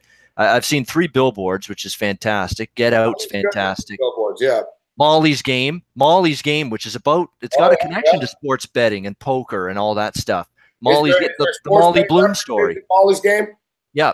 Molly. It's the story of Molly Bloom, who's the sister of Jeremy Bloom, who was involved in skiing, football, briefly. Yeah, Jeremy Bloom. Yep. That's his sister. I did not realize that that's I didn't know that was the sister, Jeremy Bloom's sister in real life. I remember Jeremy Bloom, wide receiver, Colorado Buffaloes. Exactly right. And that's her sister Molly. And it's about a real life story about what happened to Molly running underground poker games for some of the bigger, movie stars, musicians, actors, Russian mobsters. And she didn't even know they were Russian mobsters when she introduced them into the poker game at the time, and running this for years and making a shit ton of money off it, getting busted by the FBI. And we've, FBI finding things to do, bust up underground poker games. And, let's find out what Sean Miller's up to. Let's not go after real muggers and killers and terrorists and all this other bullshit that's going on. But we've been through that with the FBI. Their priorities sometimes need to be straightened out. But nevertheless, it was a great movie. Molly's Game was really, really good, really interesting as well. And Jessica Chastain, she killed it with her performance as Molly Bloom in that movie. It was really good. I suggest, Gabe, for sure. Highest recommendation to check that one out. Highest recommendation, said Babano. I don't know why, for some reason, I didn't. When I saw it, I was like, yeah, I get it. I like the story. I know it was a real life story. I like to see this I, Tonya movie. Cam said it's pretty dark, actually. So I want to see this. No, I heard that too. Really, really good. Well done. Kind of a dark comedy, although it was serious as well. It's like a dark comedy / drama. It was supposed to be about the old Tonya Harding incident. A lot of good performances in that movie. I heard Linny, who played Tonya Harding's mom in that movie, was fantastic. So that's actually the next one I'm going to see. I actually got that one next up on the list. So probably by next Wednesday, when I'm on with you here on the late night show, I'll be able to give you my Richard Roper / Gene Siskel / Roger Ebert review of that movie. All right, so you're taking a break. You got to take a leak, or are you all right now? I'm okay. I can hang around. Let's blast through this because I got the odds up. This is courtesy of betonline.ag. Best actor, Gary Oldman, Darkest Hour. So what? He's Winston Churchill, right? In that one. Yes, and he was sort of held by the hype machine, right? Like, who's going to win? I haven't seen any of these fucking movies, but if there's value, I'll bet something here. But I think Gary Oldman is going to win, and he's 20-1. You can't do anything with that. Best actress, Frances McDormand, 3 Billboards, minus 1,400, man. She's going to win. I mean, Frances McDormand is going to win for that performance. She murdered it in that 3 Billboards. She was fantastic, but you can't lay that price. No way. No, there's all big numbers. Best director, Guillermo del Toro, The Shape of Water. Yeah, I'd vote for him and bet on him just because he filmed that movie in Hamilton, Shape of Water. Of course, repping Hamilton. Yeah, Shape of Water was filmed in Hamilton. How come you're not in it? You should have been like an extra. Like, I know, I should have. Why not? Legendary Babano is in the area. Yeah, Guillermo, come on! You came to Hamilton. You filmed an Oscar-nominated film, Shape of Water. You don't call me to be an extra in it? I'm hurt. I'm saddened by that. These pretzels are making me thirsty. Yeah. Come on, Babano. You're a Seinfeld guy. You got to know that. That's Kramer on the Woody Allen movie. Yeah, I know. It's the Seinfeld reference. Yeah. The Shape of Water. All right. I could have delivered that line, yeah. Did you watch the best foreign language movies? Come on, man. A Fantastic Woman, The Square, Loveless, The Insult. No. On Body and Soul. I want to check out the movie The Insult. Sounds good. The Insult? Oh. It sounds interesting, just the title. Sometimes you get a movie like that. You don't know what it's about. You don't know who's in it, but you hear the name of the movie and you say, oh, It's kind of interesting. Maybe I'll see it. Yep. Yeah. What's the insult about? Let's see. The insult. Like fucking where like we get fucking trolled by people in the chat, get insulted. Yeah. Yeah, exactly. The insult. The insult. A minor incident between a Lebanese Christian and a Palestinian refugee turns into an explosive trial that ends up dividing two communities. Fuck. Yeah. You down for some Middle East fucking turmoil? Well, it's just turn the subtitles on and I'll be ready to go. Really need, like, isn't there enough Lebanese, Christian, and Palestinian issues? Like, we really need a movie about this. But all right, like, I don't know. I thought the insult was like, "Hey, dumbass, you're a fucking idiot." Like the insult, starring Gabriel Morency yelling at his fucking computer. Fuck you, stupid fucking kid. You can't hit a fucking free throw. The one that's interesting to me, where's the one where Christopher Plummer? I'm the one who needs the break, so you keep talking for a second here. I can hear you, but just give me a quick second here, right? Yeah, I'll be off. We'll wrap up our segment in 15 minutes anyway, so I'll just stay till the end. What do we got here? Best supporting actor is the one that I think is the underdog worthy of a look there. What do you got? You got Sam Rockwell, 3 Billboards. He was great. He's deserving to be a favorite. And Willem Dafoe, Florida. I haven't seen Florida Project, but I heard he was good in that. Richard Jenkins in Shape of Water was really good. I've seen that. That was a good movie. Of course, filmed in Hamilton. Of course, it's good. You know that. Woody Harrelson, 3 Billboards. One of the officers in that movie. He was good. The shot that's worth taking here with a bet here on this best supporting actor bet, Christopher Plummer. He's in his 80s. All the Money in the World is the movie. He was in that. He was terrific in that movie. I saw it. Great performance. You talk about a guy, he's 80 years old. It's a story of a guy that was not originally going to be doing that role in that movie, All the Money in the World. So they had an agreement in place with another actor to play that role. He didn't go through with it, and they ended up going seeking out Christopher Plummer to play that role. He accepted. So here he is, 80 years old. He's been had a tremendous acting career, and he's in this movie. And everybody seems to think that Christopher Plummer, because he's done so much, he's in his 80s, he had a tremendous performance in this movie, All the Money in the World, that Christopher Plummer is a live dog at, what is it, plus 2,000 at BetOnline right now, betonline.ag. If you go there, click on entertainment in the left-hand side, because all the wagering options in the wagering menu is by category. You click on entertainment, you'll see all the Academy Award betting options there, best actor, all the categories. But supporting actor, you can get Christopher Plummer for All the Money in the World right now at plus 2,000. That's pretty good, because this guy, everybody knows him. He's been around forever. This would be a great way to, cap off a tremendous, career for him in the movie business, as a great actor over multiple decades. Almost like the Academy would be giving him the award as a sentimental favorite, almost like a Life Achievement Award sort of thing. Like Christopher Plummer, you've been in a lot of good movies, been a very good actor for a long time. Why don't we, just give you this ode for a great career, tip of the cap, thank you, almost like a thank you for all the years you've put into this business. Let's give you the best supporting actor for All the Money in the World. I think based on merit alone and his performance alone in that movie, he could win it, because I thought he did a great job. But I think when you factor in, the Academy, that maybe they're going to have a little bit of a sentimentality factor that they put into this decision, you could see them swinging toward Christopher Plummer and maybe giving him that best supporting actor. So, yeah. I think at that price, it's worth it. Plus 2,000. I think it's going to be chalk heavy. When you look at Allison Janney, she played Tanya Harding's mother in I, Tonya, minus 550. She's probably going to win that.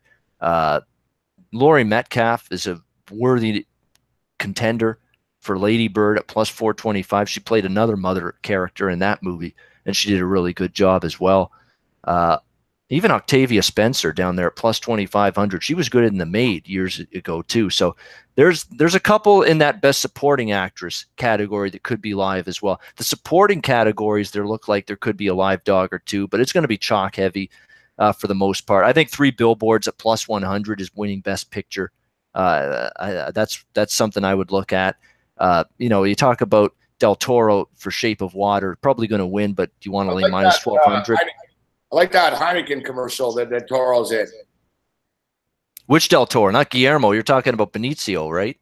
Oh, is there different ones? Yeah, oh yeah. Guillermo's an older director. Benicio's a younger actor. I don't believe there's a relation. I'm not 100% sure, but I don't believe there's a relation between. I was like, oh, he's directing movies now. I thought it was that guy. Yeah, Get Out's fantastic. Grinch is mentioning Get Out, Best Picture. It was fantastic. I just don't see the Academy having the balls and the guts to actually put it as a Best Picture. It's hilarious. It's not hilarious. It's like a horror type thing, but the premise of it is amazing. I heard about this. It's like I heard it was like a new school horror movie, new angle, never done like this, and a very interesting theme behind the horror in that movie. Very interesting, fascinating theme. I thought it was so well done. Jordan Peele, Key and Peele, one half of that comedy show. He directed that, did a great job. Great premise. Well done. I see we've got I don't know why this is next to the movie Get Out. I punch in Get Out, it pops up after this and blah blah blah, but right next to it, Russian escort says she's willing to spill the dirt on Donald Trump to get out of a jail in Thailand right now. Sounds like you're real credible, baby. A fucking hooker in a jail in Thailand. Like, no one's going to believe what you say. I don't know. I didn't see the story next to the movie Get Out. Yeah, Coco's not losing the animated feature film. Jordan Peele. Peele. Yep, he directed Get Out. Yep. Peele, I was going to say, I don't know, it's a different fucking Peele guy, but yeah, it's the guy from Key and Peele that did this. Exactly. Yeah, and that's why it was good. It was really good. I mean, that's his debut too. This is the first ever movie he's directed, and now it's nominated for Best Picture. Talk about hitting a home run in your first try. Holy fuck! First at bat, hit a home run. That's basically what he's done here, Jordan Peele, with this movie. Oh, no, don't tell me we're getting funky here, Babano. It's that time of the night. Let's see. All right, here it goes. What the hell is this? Look at my audio on the screen. I don't know. Yeah, look at, like, on the Google Hangouts. I'm crystal clear to you right now, right, Babano? It's normal. Yeah.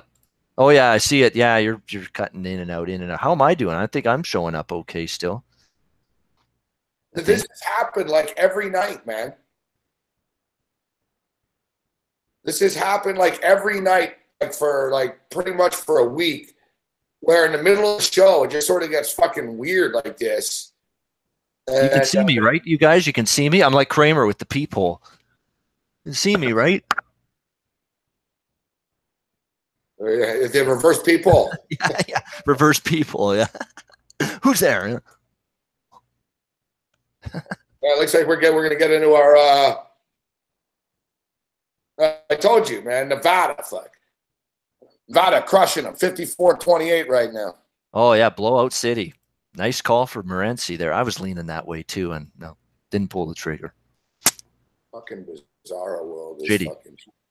It seems to be clearing up a little bit already. I don't know what the deal is.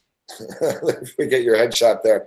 You know what's funny, Gabe? We talk about the Mountain West, and in a lot of years, this conference is incapable of having any of their teams make really big-time damage. San Diego State, once in a while, went back when they had Kawhi Leonard.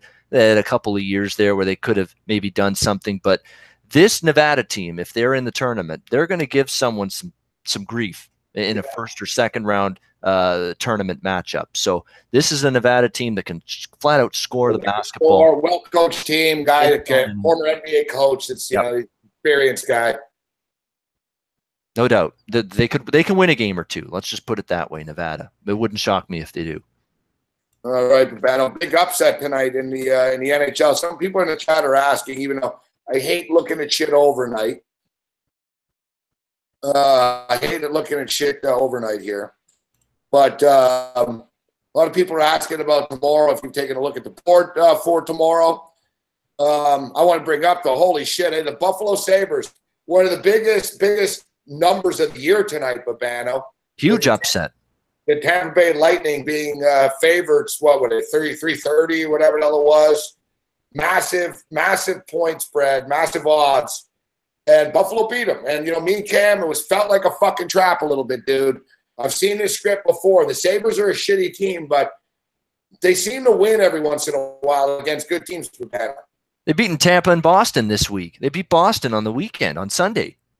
So Buffalo all of a sudden out of nowhere has sprung 2 big-time wins against playoff-bound teams in consecutive games. So give them credit. The effort's still there for them. Now in Tampa Bay didn't have Kucherov tonight, but that's not an excuse. They still lost the game 2-1, and Buffalo beat them a couple weeks ago in Buffalo 5-3. So this is 2 in a row that Buffalo's beaten Tampa Bay in just a couple of weeks here. So very peculiar loss for the Lightning. And I thought for sure tonight, back home, revenge spot, because they lost to Buffalo earlier this month. They'd be up for this, but no. Buffalo takes them down as plus, let me see where they closed at. They closed at plus 260, right around that range. Plus 260 underdog. What a big-time payout that is. So if you had the balls to take the Sabres, congratulations. What a call. So looking at Thursday's card, Wisconsin and Maryland. The Terps -2, Babano. Maryland's going to beat Wisconsin tomorrow. Yeah, I don't trust Wisconsin. I don't love laying points with Maryland. They're as erratic as it gets. You don't know what you're going to get. They're a better fucking team than Wisconsin are. They're not like completely lost like Wisconsin. Yeah, I won't be betting it, but it's a lean Maryland or nothing for me. How about these fucking cocksuckers from fucking Longwood? Fucking Longwood fucking beats High Point last night. It's a real low point, actually. Yeah. It's a low point if you bet High Point. Yeah, fucking 7-win team here at Long Point. Here they are right now. They get Radford tomorrow to get 13. Every year, man, there's one piece of shit fucking crap-ass team, man, that these guys, unbelievable. Fucking. I will tell you this right now about this Longwood situation. They're playing Radford. Now that they've won that game out of nowhere, I'd be reluctant to bet against them. I've seen this in these really small conferences like this one, the Big South. When these crap teams just win one game going into the conference, they can get on a roll and cover some numbers. I would not be in any rush to bet against Longwood here, getting plus 13.5 in this game. All it takes is that one win to really get some confidence going, some momentum going, and you almost have to wash out what happened in the regular season, because I've seen teams like a Longwood, one of the bottom seeds in the conference, that all of a sudden rise up out of oblivion and end up right in the middle of an incredible, unexpected run through their conference tournament, get the auto bid into the NCAA tournament, and win the whole conference tournament. So beware of a team like Longwood. So, could they Cinderella be a loser slipper tomorrow, and Radford, can they blow them out? Maybe, but I'm not willing to bet on Radford here. I would take Longwood, take another stab with them if I were to bet that game. I'm looking, what's the number? I don't see it for Michigan tomorrow, Michigan, Iowa. Let me see. It doesn't look like one's posted yet. Usually for the games that wrapped up late tonight, you're going to get a line early tomorrow morning on that Iowa-Michigan game. So we have no line as of yet for that one. Michigan -10. They'll be double digit. Oh, yeah. No question. Yeah. They'll be around 10, 11. I like Maryland in the morning. I do. I like Maryland to beat Wisconsin tomorrow. Longwood's getting 13.5 against Radford. Gardner Webb and Winthrop. It's at 8 there. That's at 3 in the afternoon. St. Peter's and Monmouth tomorrow. Monmouth have been good. They're not good this year. Northwestern versus Penn State tomorrow. Penn State -5.5 at 6:30. Siena versus Quinnipiac. Quinnipiac. I didn't even know they had a basketball team. I thought they just did political polls. I'm interested in Quinnipiac plus the 1 tomorrow against Siena. I'll tell you that, because I watch this Metro Atlantic a lot. It's been a disaster season for Siena. I'm not seeing a whole lot of a pulse from this team. Again, you have to always be aware. Maybe a Siena, these bottom tier teams in the conference, they all of a sudden spring to life in the conference tournament. Could it happen? Tournament before too in past years. Like Iona and Siena used to be the powers of this conference. So you never know, they go on a run, but yeah, they're a bad basketball team. They really are. Oh, there's a couple actually in the Metro Atlantic, Gabe. You know that. You see in the emails that I send on a daily basis. I'm involved in the Metro Atlantic a lot of bets in that conference. Yeah, I don't mind Quinnipiac +1. I think they're the flat out better team. Now, this conference tournament every year is in Albany, Times Union Center. That's actually Siena's home court. That's what I'm saying, Babano. Exactly. And they go on runs here, man. listen, I'm from Montreal, but man, Albany's fucking close to Montreal, right? So, yeah, I know all about this conference too. And like I said, Iona and Siena, over the years, they've sort of been the powers here. I wouldn't fuck with Siena on their home court here tomorrow night. I'm going to lean with Siena. Saints, baby. Saints to flip the switch and maybe go on a run. Well, we'll see, because they've been a mess. Well, look, it's the classic example of a shitty fucking team. It's not like it's not like fucking they're playing a 10-20 team, but bad. Well, Quinnipiac's not great by any stretch. They're a basketball team. No, I'm not gonna make Quinnipiac sound great, but they were certainly better ATS. They won a couple more games, but you can't discount the fact that that's supposed to be a neutral court tournament, the Metro Atlantic, but really it's not, because it's in Albany where Siena plays. So yeah, for that reason, I'd be maybe a little bit more tepid with Quinnipiac, but Siena's just been such a dumpster fire. It would truly stun me to see them win this game and go on a run. But in the conference tournaments, in the wild and wacky world that they are year in and year out, you never say never. I'll tell you one thing I like for the Metro Atlantic as well. Marist and Fairfield, how does that game stay under 154? Marist is a horrendous defensive team right now. They've given up points in bunches. I think Niagara hung 90 or 100 points on them in the last game. So I think it's a situation where Marist Fairfield should get over that 154. That should be a high-scoring game. I'm just looking at a total right here, right now myself, actually. I agree with your Marist pick. I'll tell you on that one. I'm looking here. We got North Florida and Florida Coast throwing down tomorrow. I got a little cocky with going with Upstate. And it was 37-36 at the half. They ended up losing. By 19 points. So it was right on that damn number that was moving around. It was 18 points. But one thing is, Banner, you look at North Florida. Defensively, man, they're giving up 86 points a game. Yet they score 81 points a game. They can score, but they can't stop you. And you look at Florida Gulf Coast. They're an offensive good team too. They're scoring 80 points a game. They're giving up 70 points a game. When they played earlier this year, it was 103-70. Florida Gulf Coast beat them by 33, 103-70. The time before, they played twice this year. The other time they played, Florida Gulf Coast beat them 96-87. Now, there was no lines on those games at the time, Urbano, so we couldn't bet the over, but we got a total of 171 here. I think it gets there, as we've seen.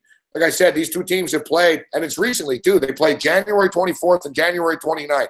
So at 96-87, 182 points scored and 173 points scored in their two games that they played this year. Yeah, you're not going to see me betting Atlantic Sun games under. If you bet the over in every Atlantic Sun tournament game last night in the first round, or not last night, it was Monday night, all four went over.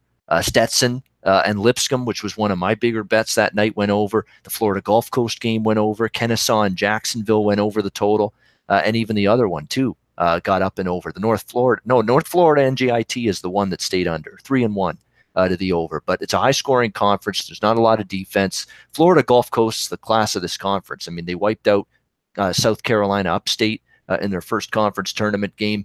I'd be reluctant to go against them. It's a lot of points. It's still a rivalry. North Florida, Florida Gulf Coast, a good rivalry in this conference. Yeah. They faced each other for conference tournament championships in this Atlantic Sun in the past. So no love lost. They don't love laying 15, but they seem like they are capable of dominating everyone right now. Florida Gulf Coast, they've been that good. I couldn't argue with any over. In fact, Jacksonville Lipscomb over makes sense. Lipscomb plays real fast. It's a lower number you got there, 152. Compared to the 171 in the other game. So Jacksonville Lipscomb over 152, 152.5 makes a lot of sense to me there. Bano will be on in the morning with the Ice Guys, breaking it down tomorrow. What's going on in the NHL tomorrow? Have you already taken a look at some of this stuff?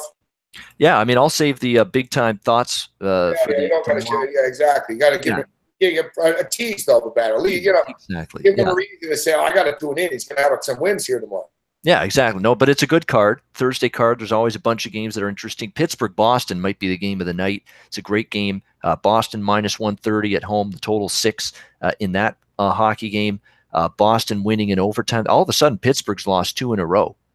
Penguins, they lost to Florida, and then they lost to New Jersey in their last game. So it's suddenly a little bit of a bounce-back spot here for the Penguins in Boston. That's a really good hockey game. I'm actually leaning Pittsburgh. I think, 2 losses in a row. think they're going to want to stop the bleeding. It's not easy to go against Boston at home, but kind of lean in Pittsburgh there, plus 110. If they can get Murray back, that is, though. Murray did not play last game, wasn't feeling good, or minor injury. Casey DeSmith played. I'd prefer Murray back in net, but right now, gut early reaction is leaning to Pittsburgh there. Nashville, Edmonton, not a great game. Columbus, LA is a pretty good game, late night action tomorrow night, Gabe. I know you love your late night action. 10:30 tomorrow, Columbus, LA. LA laying minus 150. LA off two huge monster back-to-back wins against Vegas. We keep saying that the Kings aren't the same Kings team and they're kind of flat, but maybe those back-to-back wins against Vegas get some going here, Babano. Very interesting spot because Columbus is suddenly playing well. They've won a few games in a row now. They're going on the road now. Is LA flat a little after these just monster wins against Vegas, or does it give them confidence that propels them into another win here? I think that Jackets-King game late night's really, really good game. Looking forward to seeing that one. Tough one from a side perspective for me to call right now, but I'm looking forward to seeing how both the Jackets are on a roll. LA's off two huge monster wins against Vegas. Who's been able to say they can beat Vegas 2 games in a row this year? Nobody but the LA Kings. So you got two teams feeling good about themselves going into that game. Ian Cameron, a.k.a. Bob Bano. Excellent stuff tonight, Babano. Enjoyed it. We'll speak to you on Friday on the radio show. Great stuff. Good luck in the morning with the Ice Guys. All right, Ice Guys, Thursday, 9 a.m. We'll be on, as always, talking the hockey card on Thursday. Gabe, as always, it's a pleasure. Great chatting with you every Wednesday night right here on the Late Night Anger Management class. Have a good night. Good luck to everybody. See ya. Good night and good luck, says Babano. Good night and good luck. All right, so yeah, we're in our mid. I guess it's like every night. It's like we go audio for the mid hour, and then we come back with the video after. I don't know, man. What the motherfucking's going on? You know, one thing I will say. Yeah, great stuff from Babano. Give him a thumbs up if you can. Give us a thumbs up. Remember to support Sportsbook Review. And normally we tell you to go to sportsbookreview.com and pick a book, but now we're telling you go and pick Bet Online. Except wait, we'll have a promo code for you and stuff in a day or two here. So basically, SBR can see that, hey, you guys are watching the show and you're going to support the sponsors. I was going to say one thing here with the audio and the video right now. Most people on SBR, like everybody else besides me on SBR, if you notice, they're not doing like prolonged shows like this. Right? So you can get in and out. Like I've noticed, like the first hour, it's good. The first 2 hours, look, Google Hangouts was fine. We had a nice crystal clear HD fucking look for the first 2 hours. And then it just hits the fucking wall. And it's happened like a couple of times recently. And it comes back after, but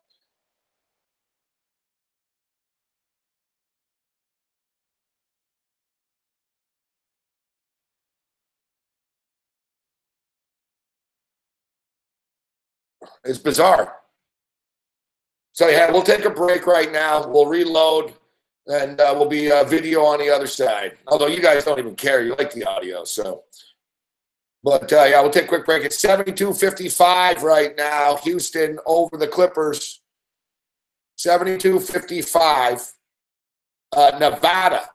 Nevada's up 54-28. The in-game total is 168.5. So they're up to 82 points. Second half total is 86.5.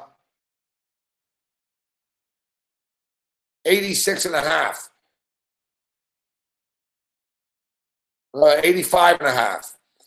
UNLV minus 4.5.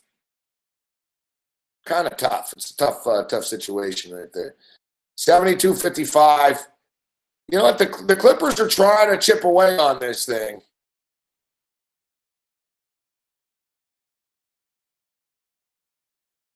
But, yeah, thanks to Babano for joining us.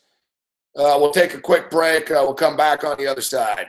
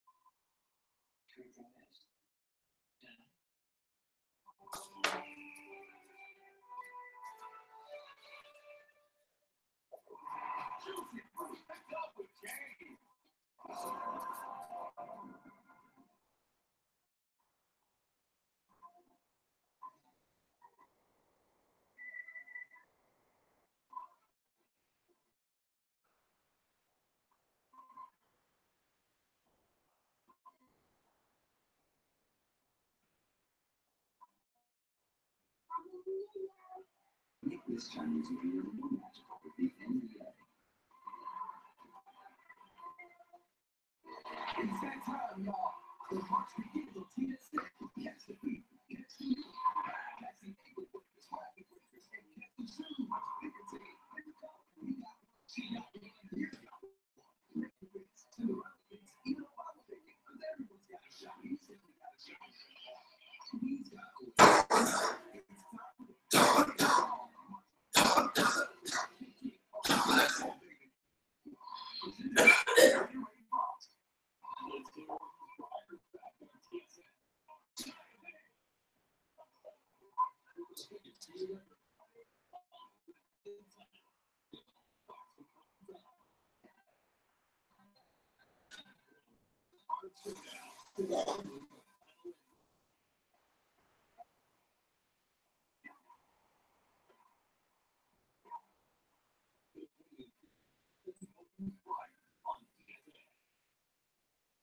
Minutes ago, the Clippers were down 22 points, but they scored 15 in the last 18. They helped the Rockets without a field goal in the last 4 minutes and 15 seconds.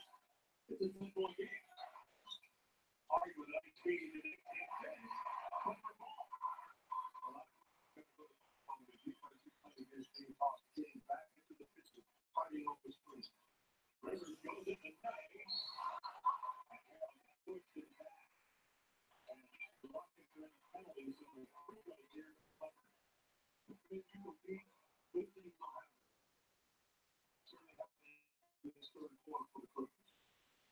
It's kind of been their story all year. The team at one point was 70 under 500. And now it's 5 games over.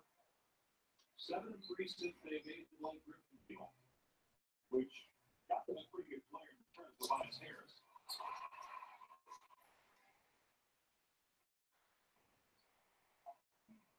And Avery Bradley from both the next couple of weeks after sports arena.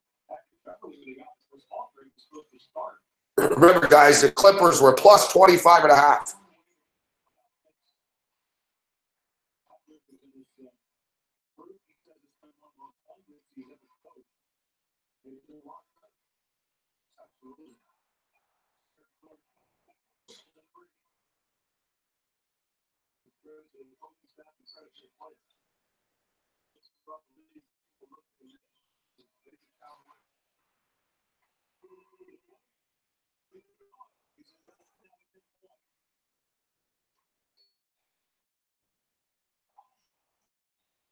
They said that pretty deep on where all was being lost and somebody else was defending the using something.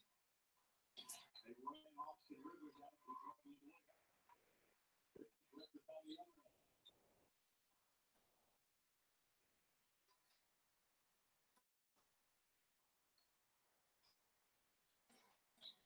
Yeah, they got the net on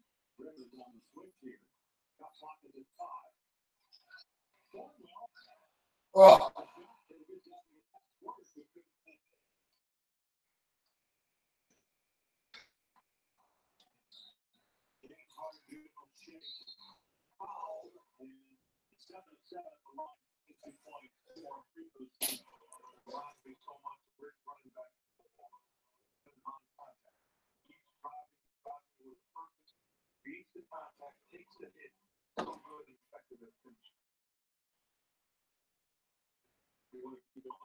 What the motherfuck?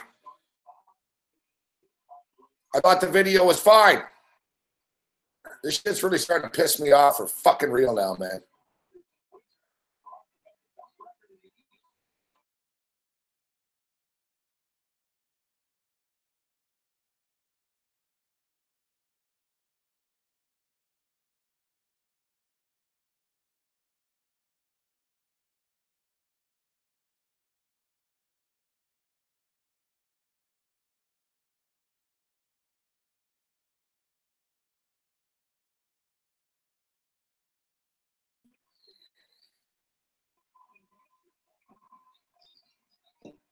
$76.65.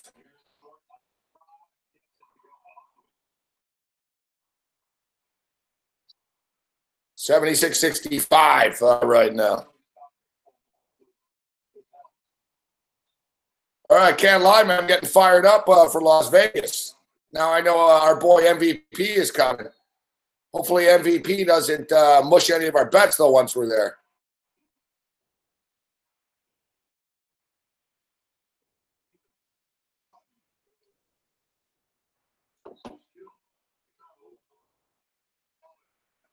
Check. This motherfuck. All right, we'll try one more fucking time.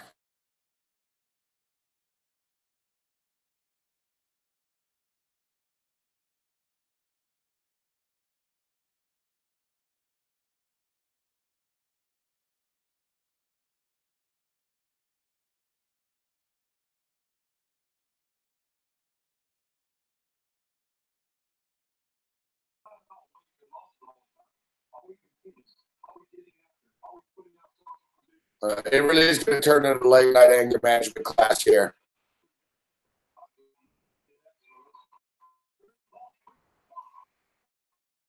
Well, look who's back. Like I said earlier in the week, Jazz is a troublemaker. He's back and already there's trouble.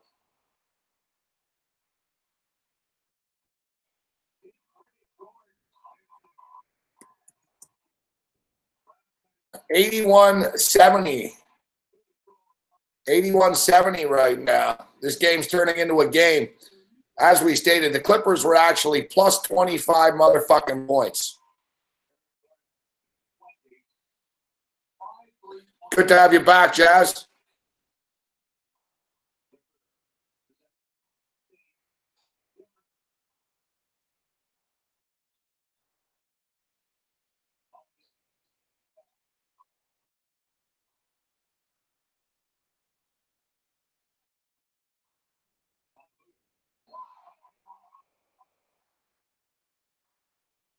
The crowd's fired up in this basketball game. The Clippers are like plus 11.5 right now in game. Total 210.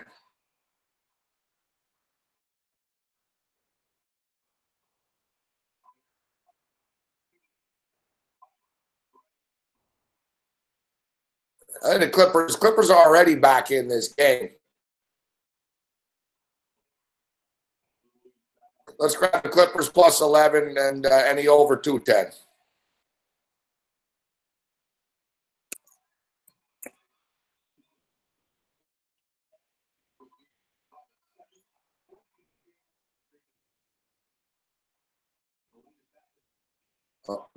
Lead back up to 13.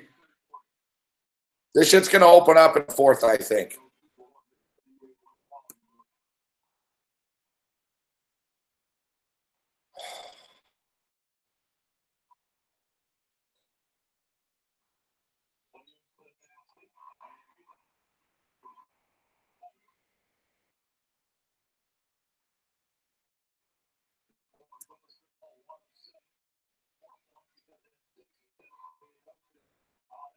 All right, I'm just trying to get these bets in.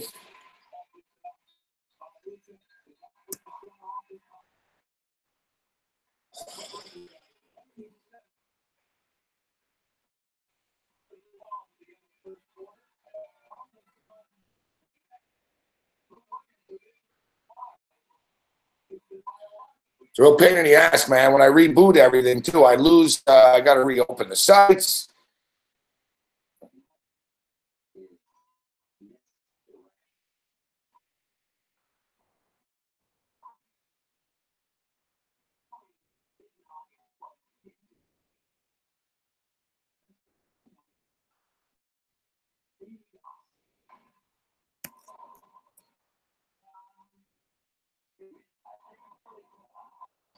Oh, fuck, man. This is fucking so frustrating, man. I really am only going to play fucking bet online. Like this unnamed fucking book right now. It's just fucking garbage, man. Like every 2 fucking seconds, fuck. Sorry, change. Like fucking 1 cent and shit. It's like, really, fuck.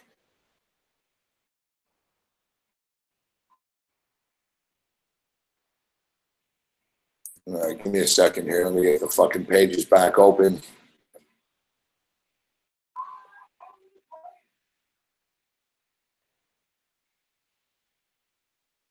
No late night breaking news or anything like that here this evening. Nothing big.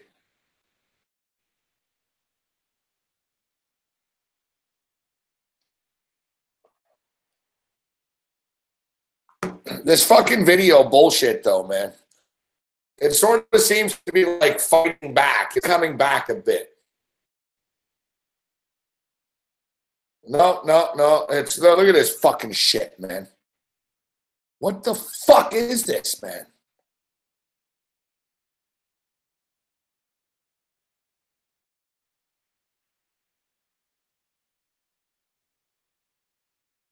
Oh, fuck me, man.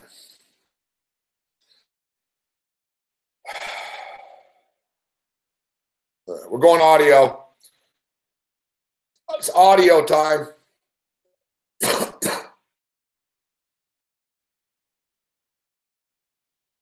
BetOnline.ag, Jawan. That's the best site for parlays, right?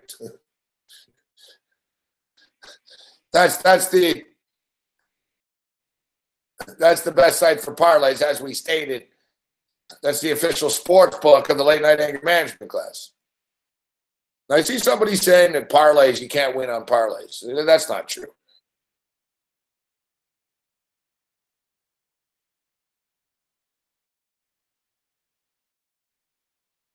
No, Jazz, it's not on you. It's not on you, Jazz. It's a Google Hangout thing. It's not my internet either. I'm actually hardwired because of the radio show we do now. So we're not even on Wi-Fi or anything right now. It's just, I don't know.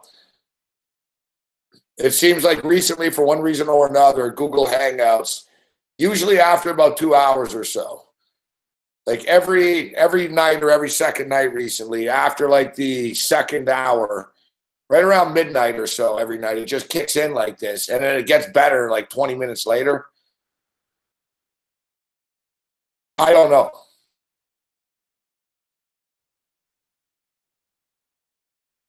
If it's I don't, there's nothing really I can do. I mean, like I said, I run a radio show off my computer. I'm hooked up to mixing boards. I'm hardwired, and everything fucking works. It's a Google Hangout issue. But if it persists, we'll have to look at other avenues.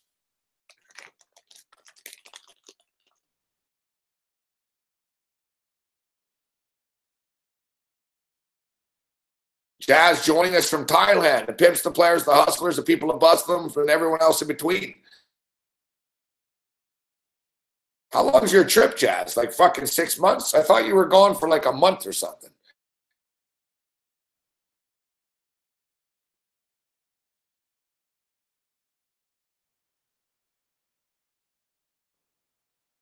All right, so for the record, we grabbed the Clippers plus 11.5 and over 210.5, or over 210.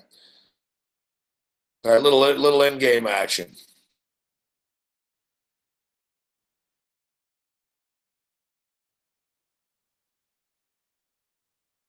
Somebody asking about Ray Caruth. Ray Caruth should stay in fucking prison.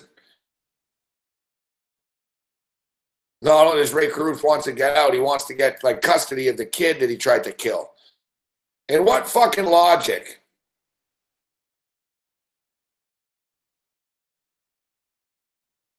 In what fucking logic do you shoot a fucking pregnant chick?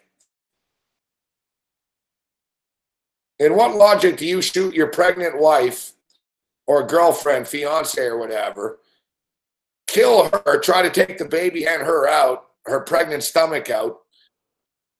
It's only been 18 years.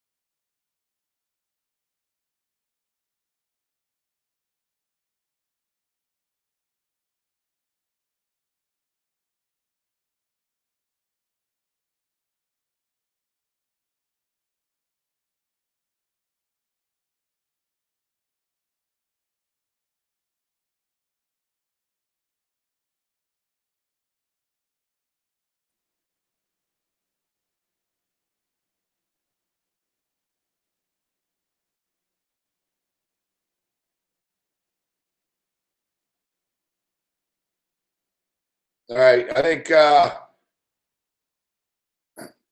we'll see what happens here. I lowered the video quality. We'll see if it's we'll see what happens here with Google Hangouts. It really fucking pisses me off though, man. I'm not down with like stress during these fucking shows. I got enough stress in the fucking with the game. I don't need this bullshit with the fucking Google Hangouts crap. We took the HD off. It says you know, if you got video issues, reduce the HD. And we fucking reduced the HD and it still fucking sucks.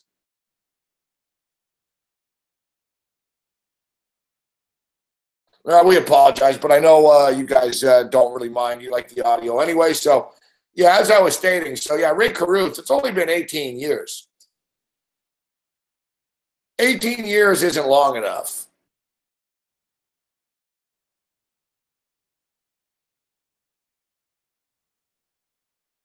Like to me, he's got to do, you know.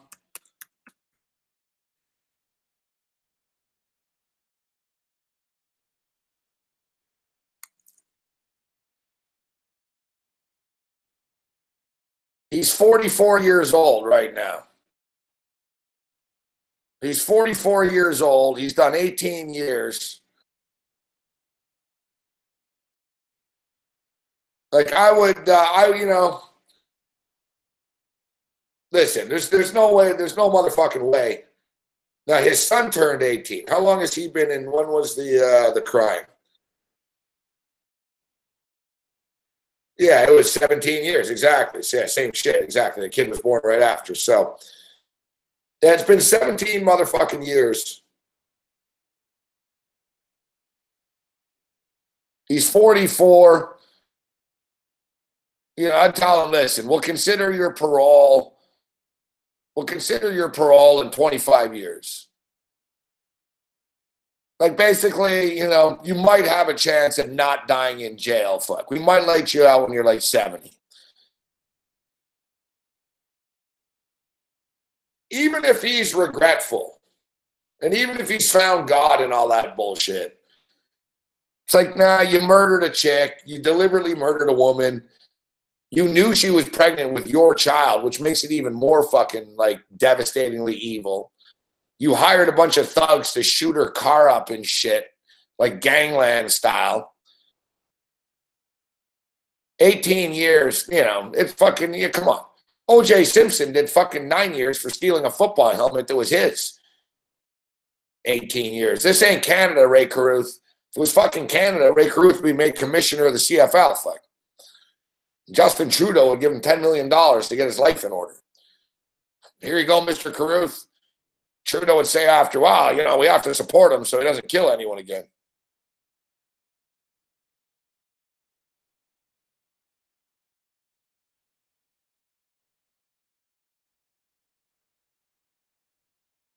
Yeah, we finished fourth once, Jazz. I thought you were paying. I thought you knew.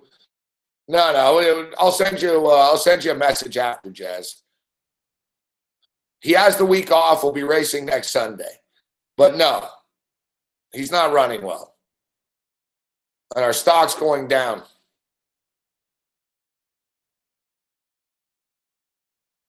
Our stock is going down. I don't want to talk about it right now. It's a little depressing. Not to mention, it's the end of the month, Jazz, which makes it even worse. Like now there's a new month starting, and now we're going to be on the hook for another month. He's racing next week. He's racing next week. If he wins, we sell. If we lose, we sell. Long story short, we got to sell.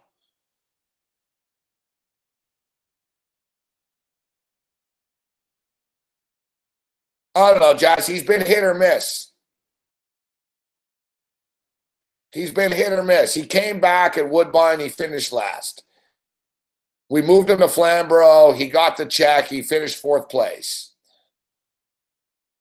The next week at Flamborough, he finished sixth. He got stuck in traffic. But I actually thought he raced well, to be honest. And we were all optimistic. Like, he looked good. He ran well when he finished sixth, actually. And then last week, he was fucking slow as fuck, and he didn't seem to give a shit. He was disinterested.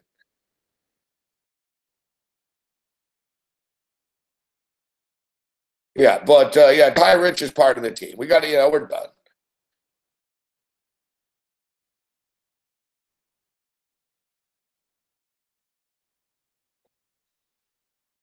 Should you feel ethically ashamed? No. No, Timo Buckets.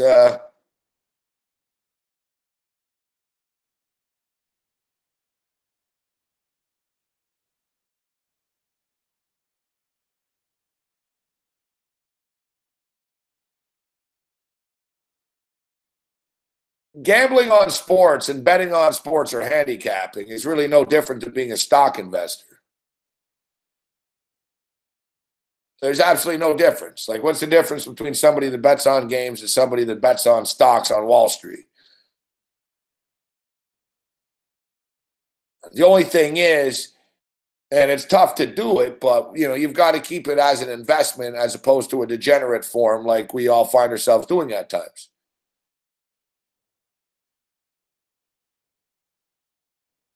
There are investment opportunities on the sports card on a daily basis. But where you get in trouble,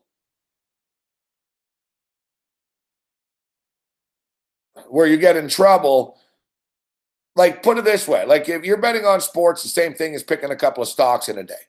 But a Wall Street trader at 5 o'clock after the day's over isn't going to go out and go to a bar and fucking get drunk and say, you know what, I'll just buy some of this shitty fucking stock right now because, hey, why not? Fuck. You know what I mean? He'll go, no, I already bought the stock I like for the day, and we're not going to touch any more stock for the day. Yeah, but there's the markets open in Korea right now. And he's like, no. Like, this is, if you stay disciplined and you just bet the couple of games you like a day, you can make money. And I'm guilty of it too, fuck. I've told you, I'm a good handicapper. I'm a bad gambler. There's different levels to this. I'm a good handicapper, bad gambler.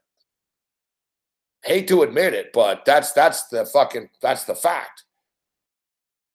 I'm a fucking idiot, fuck. I can go 5-2 and lose money and shit, right? Like, I need like a gambling lesson. I really do. I'm not just saying it. I need a gambling lesson. I really do. Fuck. I need to sit down with like a real pro and like fucking, go over fucking money management, discipline, skills.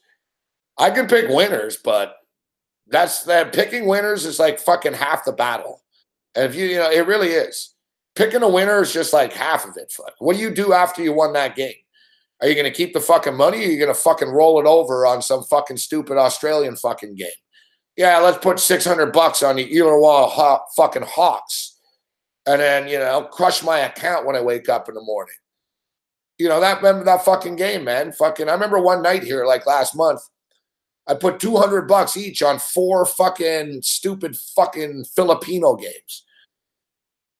We went 1-3. Fuck, you know, I ended up losing like fucking $580 when I'm fucking sleeping on Filipino shit. That's not wise. That, you know, then you are a degenerate loser.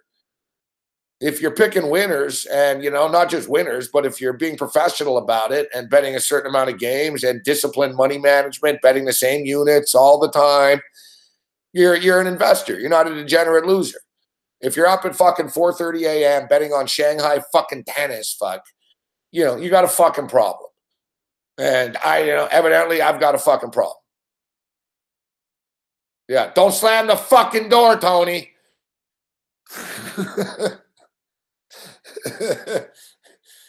Yeah. I'm going to give everyone a clue here, all right?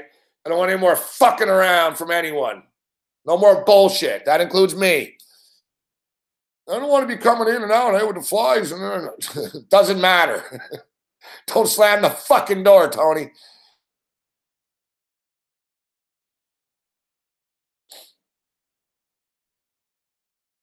Yeah, so, you know, that's what I'm saying. So, you know, Rosa knows what I'm talking about. Like, it's frustrating. It's frustrating, you know? Like I said, if you go 4-3 or 4-2 on a night, you should make money. I can routinely go 4-2 and not make money. Or, you know, oh, I made money. It was great. The picks that I liked were good. But, and then I got into the fucking Australian shit. I got into the Korean shit. I bet some fucking stupid Riverside fucking game that was on at 1 in the fucking morning on air, fuck, because people were fucking asking about it. That's, you know, that's not smart betting, fuck. That's just stupid, degenerate shit. Like, if you do it, that's fine. And, like, you know, put fucking, you know, $10 on it or something, so you don't care if you lost. But, like, you know, if you really want to make money, you know, you put $500 on a fucking game that you like, you know? You win the game and you shut the fuck up for the rest of the night. That's the problem, Brooks. And that's where I'm, you know, listen, I've told you before, I used to bet $5,000 a game and stuff, all right? And like Brooks is saying, I don't give a shit, fuck. I can't gamble for fucking peanuts and stuff.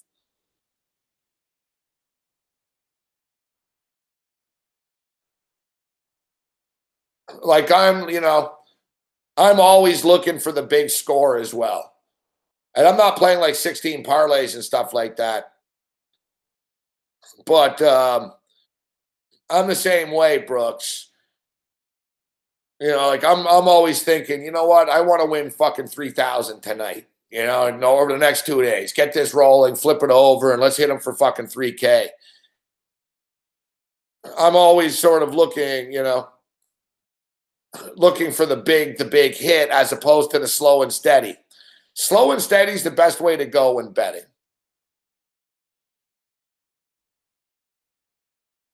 I think the best way of putting it, actually,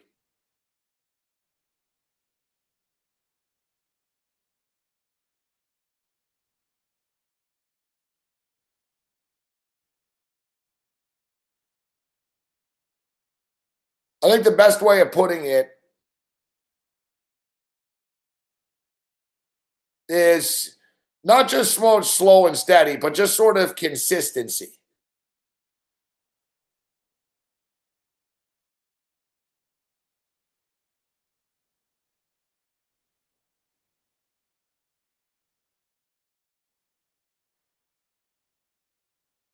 You know, I think it's the consistency angle. You know, like if you bet, like let's say NFL football, you're betting $200 a game all day.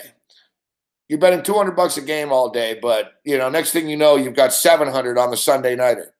I think the best way of putting it is you can't be betting, and I do this too, and it's fucking stupid. What I'll fucking put my entire account down and shit. Exactly, Brooks. Like you talk to Merrill and shit. He's like, oh, I'll bet 2% of your bankroll. It's like, yeah, I'm going to sit here and bet fucking $20 and fucking, you know, I'm going to put all this effort into capping to bet at $20 on a game. Like, no, you know, like, you know, so, but the thing is, and I'm fucking guilty of this, is that when you're betting, you can't be betting where it's one of these deals where if I lose this game, I'm fucked. You know what I mean? Like you can't be like in one of those situations where it's like, well, I can't pay my rent now because I lost the game. I don't have any money now because I lost the game. And I've done it, fuck. Like, you know, I've been like, well, I'm not going to get paid for fucking 10 days, but I can win this, and then boom, you lose. You know, and I've seen everyone. I've seen people in the chat, oh, fuck, I just lost my entire account. I just lost everything. And, you know, whenever it's like, I need this to happen on this game or I'm fucked, it sucks. Like, it's happened to me, man, in the NBA playoffs where it's like, man, I've got fucking $1,700 on the Oklahoma City Thunder. And I'm like, man, if they don't cover, I'm in a lot of trouble. And, you know, they don't cover and shit. You don't want to be putting yourself in a position where if I lose this bet, my life is fucked. That's what you got to stay away from. You know, you got to stay away for where, you know, you're betting enough where it's worth it for you, but at the same point in time, you can't be living and dying with certain games. It's like, yeah, everything was going. That's how Las Vegas beats you too. Living in Vegas, I saw it firsthand. Like when you live in Vegas and you're a gambler like me and like you guys, you have to be fucking cautious. You have to be aware that it's a fucking war zone, right? That they're out to get you. And I used to be so smart sometimes, man. And, you know, I'd stay away from the table, stay away from the slots, eat the fucking cheap buffets, know the right time of the days with the sales and shit. But the thing is, you know, then at like 3 a.m, I'd be drunk and I'd break down and boom, I'd lose $800 at the table in 10 minutes. It's like penny wise, pound crazy. It's the same thing. If you slip up, Lord Gambler will fucking eat you. If you keep your armor up and you fucking keep your eyes open like Dick Cheney 24/7 and you never blink, you know, Lord Gambler will stay away. But I've said this time and time again, for some reason, like with Lord Gambler, is there's certain levels and amounts of money. It's like Mick Jagger saying, you don't always get what you want, but you get what you need. And I've seen it. You know, if it's God, if it's Lord Gambler, if it's the gambling gods, if it's fucking whatever the scientific reason fucking is, I win the most and, you know, get rolling the most when I bet in the 200 to like 400 range. Like it's uncanny. It's like Lord Gambler and God is telling me, listen, fuck, you can make $80,000-$90,000 a year. Bet $200 a game, you're good. You know, we're not going to crash down fucking voodoo magic on you. You know, you want to bet $1,700 a game and you want to be a big shot and start going crazy, you know, it's going to be a house of cards and you're going to be fucking more exposed than Kevin Spacey. Fuck.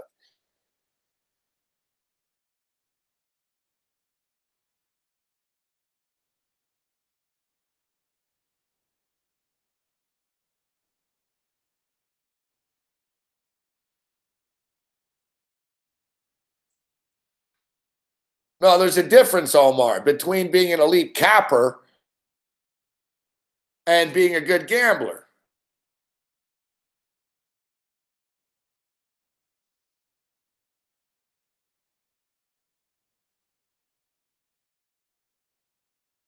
There's a major difference. Not all the best handicappers are fucking rich because they're not good gamblers.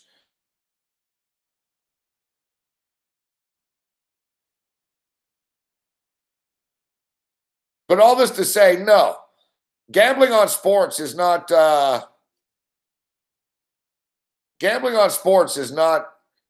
socially unacceptable. But as we stated, a disciplined approach.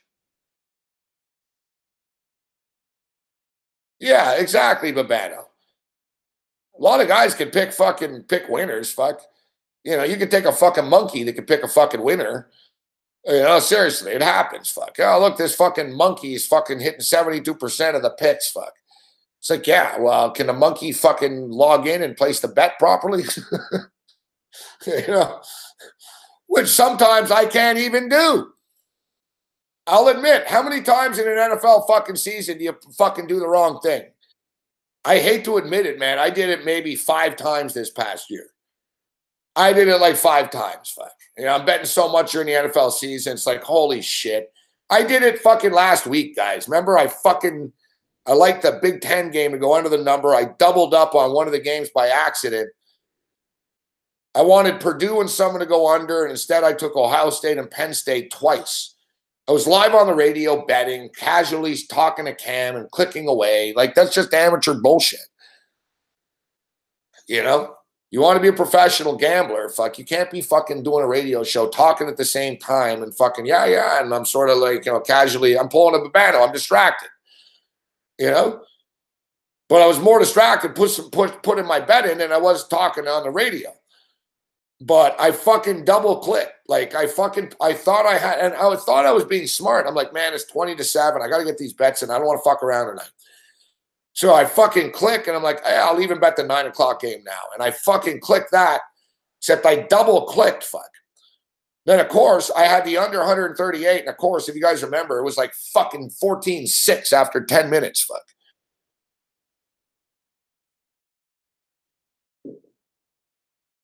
Yeah, you know what I'm talking about, Lord Gugu.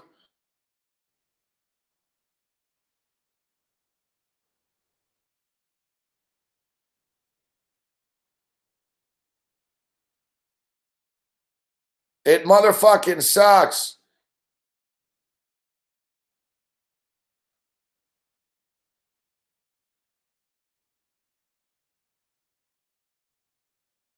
It happens to everybody. I spoke to Richard Garner the other night. He told me the same thing. He goes, I was sitting at home. He goes, I was sitting at home and I fucking hit refresh on my computer. I thought I won and shit. And he bet the wrong side. He took the under instead of the over. You know, like, you know, it happens. Garner's a smart guy, but he clicked the wrong fucking. I'm pretty good. Like, it doesn't happen often. But the thing is, like during an NFL and college game or game day, I might place like 50 bets. Fuck. And sometimes, man, like you said, accidents happen. Fuck. Mistakes are made. And what's your deal, Rich Banks, with this gun shit all the fucking time? He loves, I don't remember Rich Banks being a fucking like this.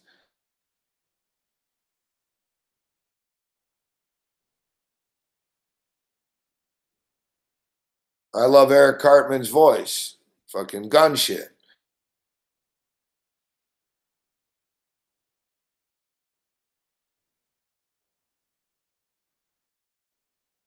Yeah, the thing is, listen, nowadays you click the wrong bet.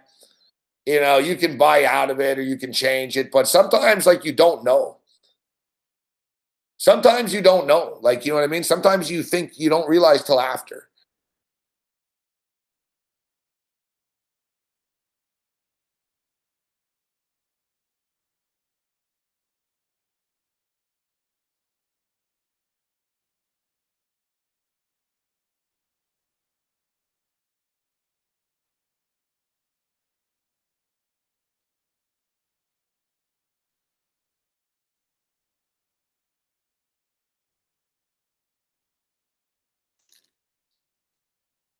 See, plus money, it's happened to you.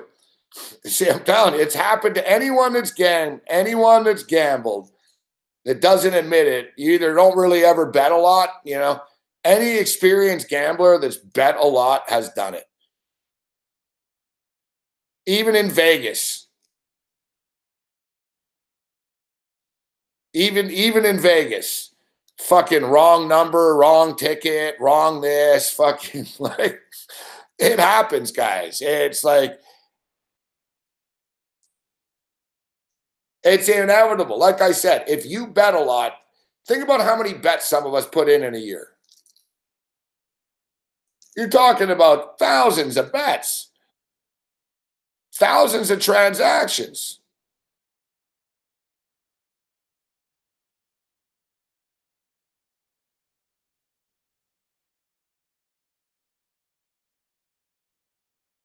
Somebody asked if I ever won because I made a mistake. Rarely. More often than not, you get fucking screwed. More often than not, you get screwed. A couple of times, once like fucking a long time ago. Let's see how the video's doing now. Sometimes it clears up at this point.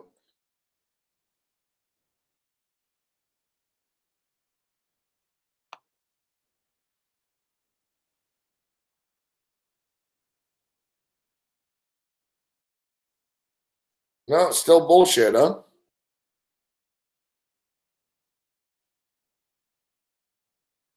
Yeah, 105.91. Motherfucker, we jumped on the second half our end game. It's not going to work out. Fortunately, Nevada.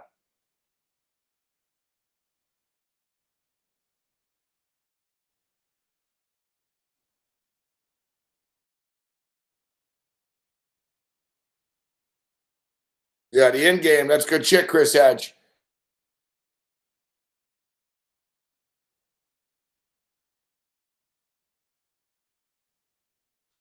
With baseball coming up, guys. Yeah, it looks like the video's cleared up again. Hello, everybody. I was just about the light one, though. With baseball coming up, I will give you some gambling advice and warning, all right? Like even my boy Cam, and Cam's a good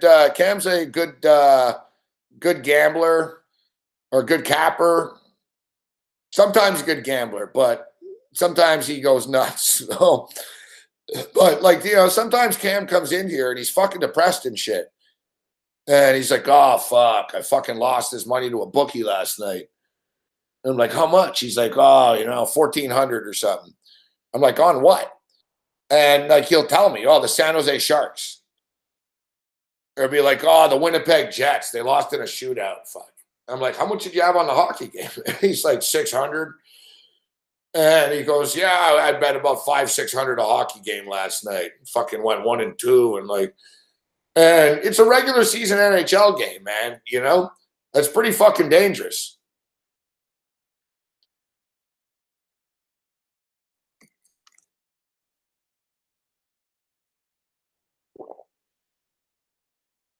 I've had a bad last 2 days, Chris Edge. These Big East games really staying under tonight threw me for a loop.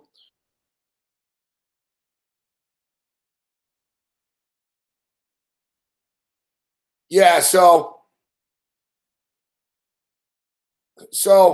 yeah, with baseball, Grinch, what I'm going to say is you can't motherfucking bet like, oh, baseball's back. I put 700 on the game. Like baseball, you really do have to remain disciplined, guys. It's not a fucking sprint, man. It's a marathon. It's 6 months. There's 162 games. Like, it's going to happen. I guarantee you, the first opening weekend of baseball, the first Sunday night ESPN baseball game is going to be Yankees versus the Red Sox. And, you know, we're all going to end up with fucking $350 on it, or fucking, oh, I got a parlay for 800 to cashes and fucking bullpen.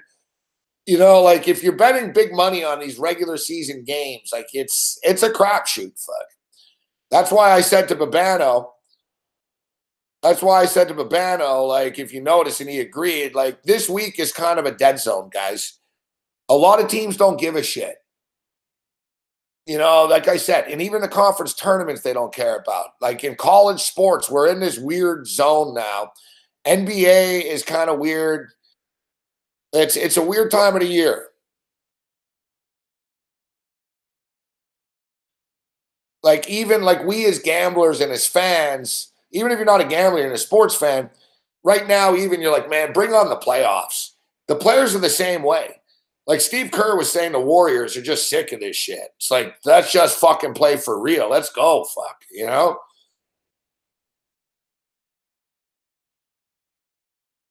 Yeah, there is odds that the Yankees don't make the playoffs.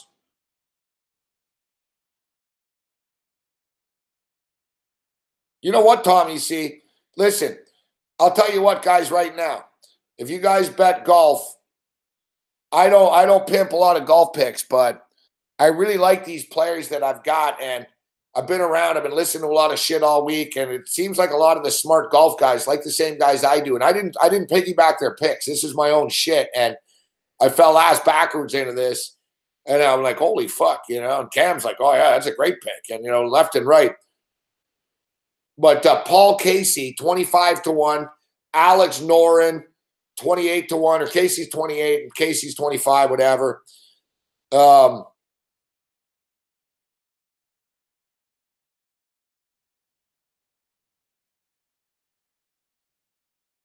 it was Thomas Peters, Paul Casey, Alex Noren, and I had one more that I liked at 40-1. And I'm telling you, these guys are good top 20 picks at plus 110 and shit like that, plus 150. Like they all have good reasons, like backing up these picks. Paul Casey's just, the guy's in, he's a great striker. He keeps, tee to green and shit. Oh, Tony Finau, that was it, Finau. Yeah, like Paul Casey, 28-1. Alex Noren, 25-1. Thomas Peters, 35-1. And Tony Finau, 40-1. And there's only 65 golfers in the field. I'm telling you, man, these motherfuckers are going to all be like top 10. I wanted to parlay all these guys top 10, but it wouldn't let me.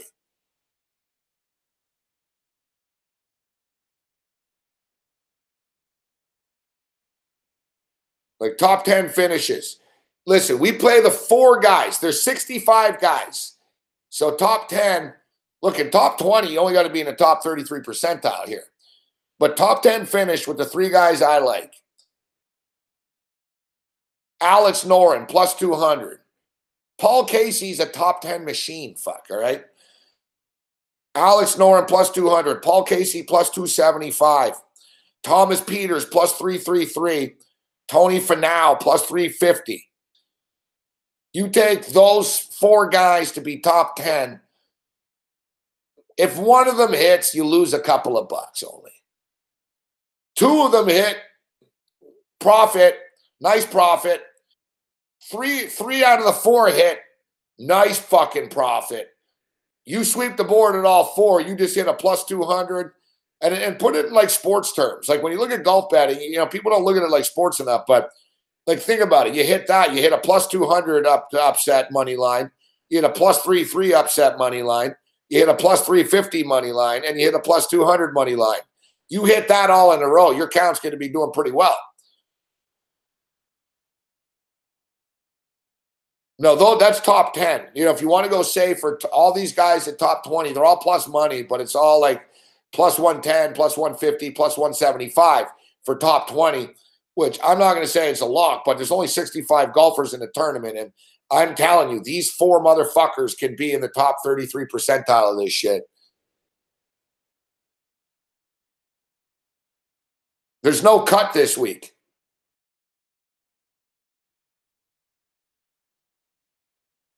I appreciate that, Tommy C. It was what Tommy C. said. He listened to the radio show today talking about the golf. I'm feeling it. I really am with this golf. I like these picks. And we nailed the NASCAR winner last week. So we're off and running with a NASCAR. It was a nice pick with Kevin Harvick. He ended up closing as the favorite, but I said Kevin Harvick even earlier in the week because everyone was talking about Truex Jr. and shit. But I said, no, Harvick's the guy in Atlanta. They're actually in Las Vegas this week.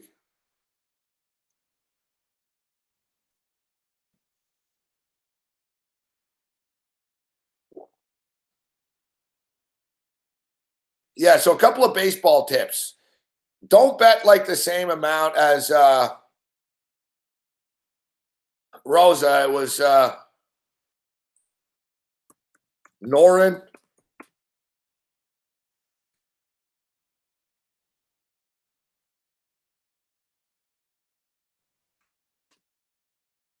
Lauren Casey. Thomas Peters.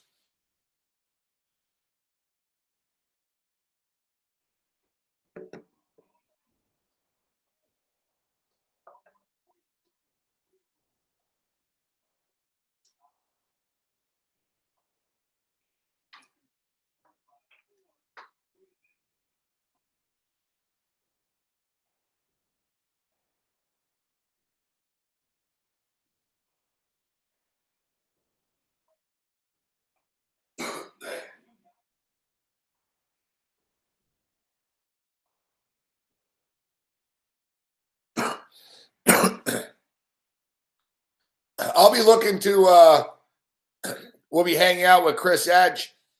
We'll be hanging out with Chris Edge in Las Vegas and MVP and Cam Stewart.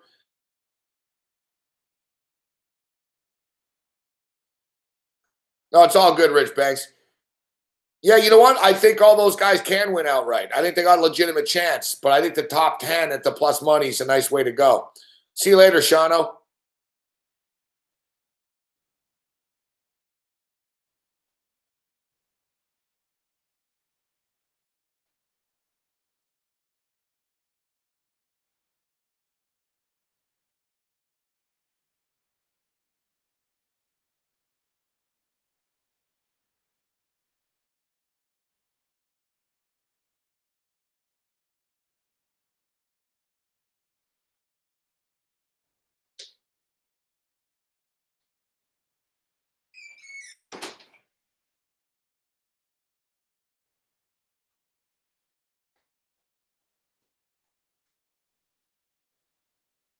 Bull Hill Country. You like that, eh? Nevada Wolfpack, baby. Told you, man.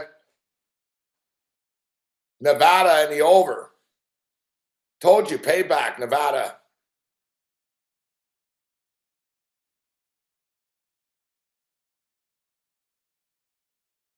Yeah, I don't know about the hockey game, Chris. That's the one thing.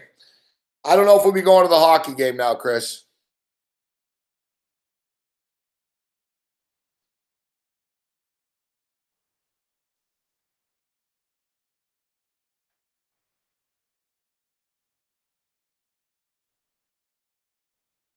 It's going to be head-to-head with the basketball and the show.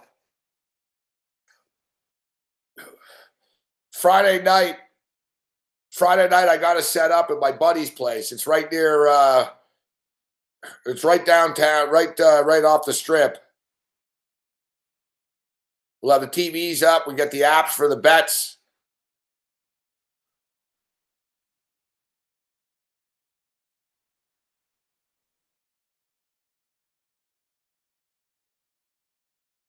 Yeah. I'm looking forward to it, though. And I'm going to be all business, Chris Edge, in Vegas. I'm looking to hit. I want to leave with some money, man. I'm not going there just to party, fuck. I'm going there to fucking beat him. I'm going there to fucking beat him.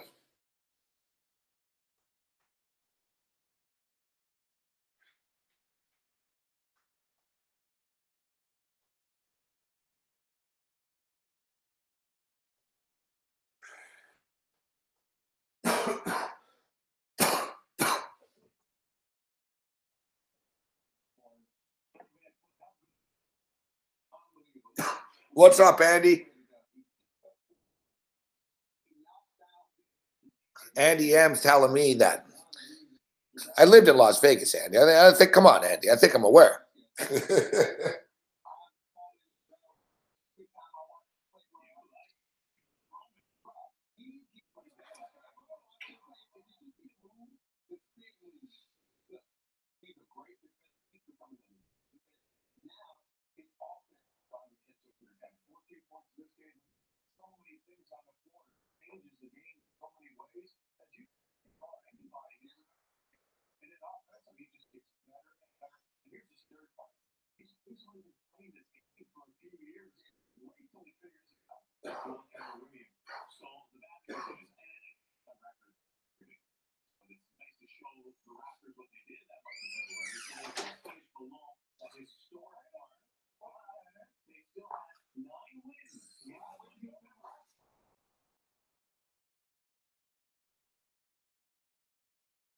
Yeah, we're gonna be.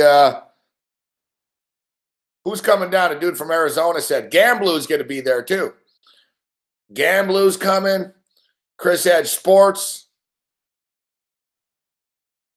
Listen, I live there, Chris, so I know all the spots well and shit. Although it's gonna be all packed and shit. But I'm telling you, man, the Circus Sportsbook is good.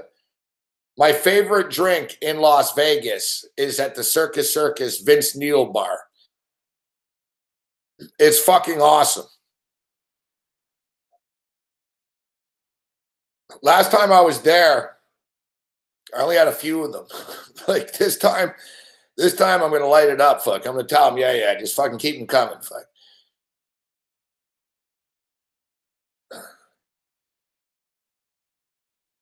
It's like a fruit smoothie, but with booze. It's like this coconut. It's a perfect Vegas drink. It really is, fuck. I'm going to tell them, just put it in one of those big ass fucking things. But what's good about the Circus Sportsbook too is they give you drink tickets much more gratuitously than other places. Much more gratuitously. And a good thing about Circus is too, there's like a fucking liquor store right there. So that's like our boy Shell Dog. Shell Dog's not in the chat tonight, but Shell Dog, I've never seen Shell Dog buy a motherfucking drink in a Vegas casino once. Like Shell Dog's got it down, man. Because all these casinos, they all sell they all have liquor stores in them, right? So it's like you're waiting for your drink all night with these waitresses. It's fucking annoying, right? And the drink tickets, they'll give you drink tickets, but even the drink tickets fucking run out. And it's annoying with the drink tickets. They give you the shitty booze.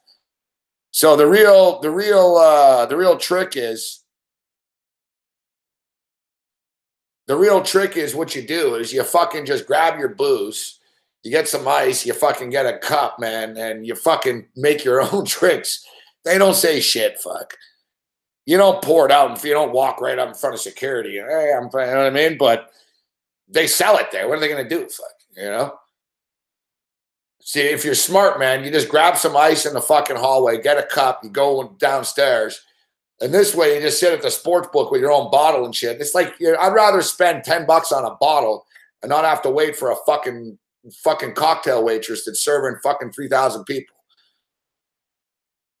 Anyone that knows what I'm talking about, man, it sucks. Fuck, you're fucking sitting around waiting forever for the fucking drink.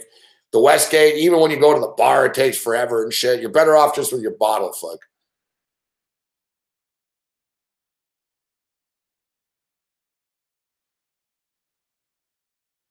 Yeah, it's perfect, Chris Edge. Like Circus, great location. Their sports book is nice. Like Circus is not the greatest fucking, I wouldn't recommend it as a Vegas experience. There's a bunch of fucking creepy clowns everywhere. It actually does freak you out sometimes too. At least it freaked me out. I lived at Circus, fuck. So, like I'm looking right out my window, man. There's that big fucking clown and shit. It's like, fuck, and I never really realized, like a few times I looked up at him and shit. Like I was right underneath him. And I'm like, you know what? This fucking clown really is kind of fucking creepy, fuck. He's got this big fucking neon fucking clown and he's like looking down at you all the time.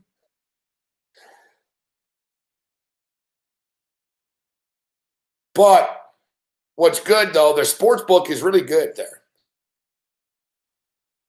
It's a little small, but the sports book, you can get your bets in. There's never really that many people there. Like I've never seen Circus Sportsbook like overwhelmed. You know what I mean? There's people, and I've been there for big I've been there for the tournament and shit. It's not overwhelming. You might not get a table, but like I said, they're fucking generous there, man. You bet $100, they'll give you like 4 tickets. You bet like $1,000 at the Westgate, they'll give you 1 ticket, fuck, maybe 2 tickets. So like put it this way, I'll probably bet about $1,000 like per section. You know what I mean? So you know, like for the, let's say, you know, the 12 o'clock, the 2 o'clock afternoon games, you know, and then during, I'm talking on the Thursday and the Friday out of the gate. I'm not going there to bet fucking, you know, $10. I'm going there to lay it down. So, you know, I'll play like 200 a game on the first wave. They're going to give me a stack of fucking tickets.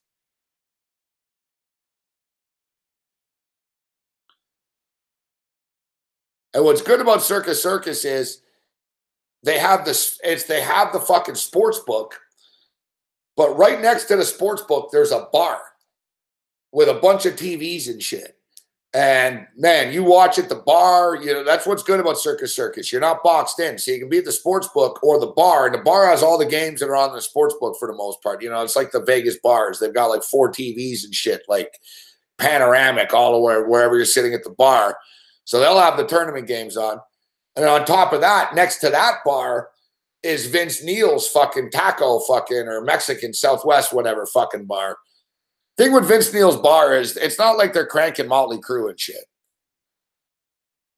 They have like a hard rock night, but they also have like a salsa. It's not like you wouldn't know. There's like fucking Motley Crue memorabilia and shit, but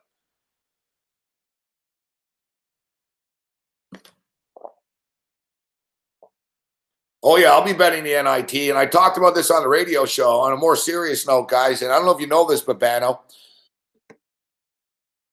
I don't even know this, Babano, but yeah, so the NIT, Andy, a lot of rule changes for the NIT that'll really affect betting totals.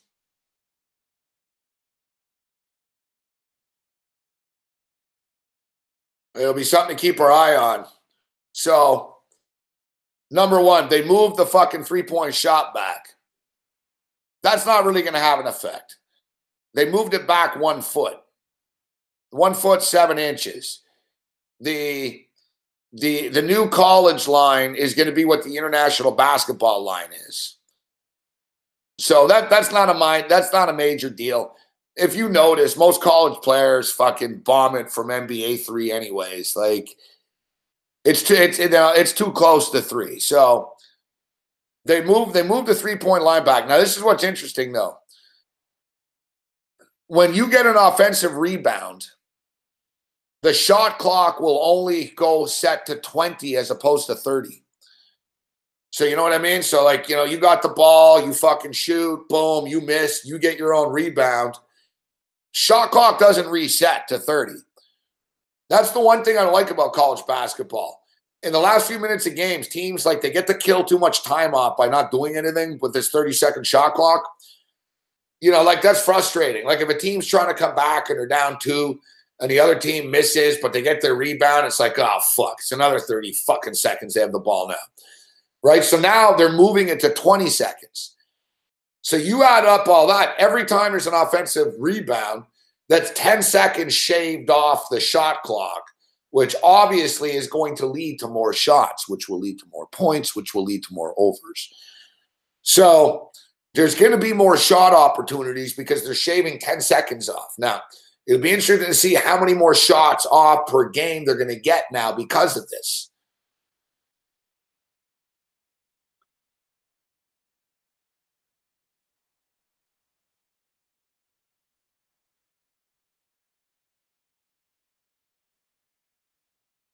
And another interesting one, if you notice, you don't really ever think about it, but the college paint is smaller than the NBA paint. The interior, the key, it's smaller. So they're making it NBA size. It's going to be 12 by 16 feet now, which means there's going to be more room for fucking big men to operate in the paint. If you notice college basketball, it's extremely clogged in the paint. Big man gets it, and there's a bunch of fucking dudes in his face right away because there's no room. You know, that the actual paint and key is smaller in college than it is in the NBA. So they're throwing that out. They're making it the NBA now. It's going to be 12 to 16 feet, which means there's going to be a lot more room in the paint now and interior.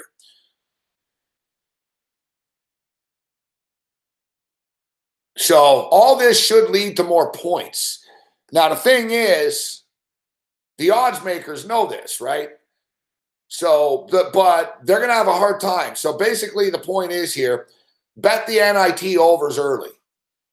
And I did this a couple of years ago when they moved the shot clock from 35 to 30 in the NIT, and it made a difference early. Like, fuck, I remember like the first night, the first 4 NIT games went over. And then like the second night, boom, they went over again. And then the odds maker said, fuck this. And they added like 12 points to every total. Like literally. Like the totals were like, 143, typical totals, 143, 139. And then after like 6 NIT games, totals were like 155, 156. Because when they reduced the shot clock in the NIT, it's weird how they do this. They do the test run during the NIT tournament. I'm a big NIT better. Fuck. I love betting on the CBI NIT and this shit because you're getting these teams that are playing at home.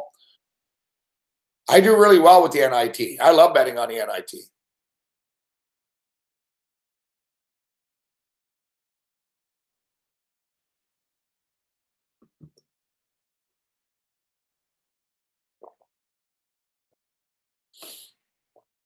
Yeah, I'm down with betting on the NIT.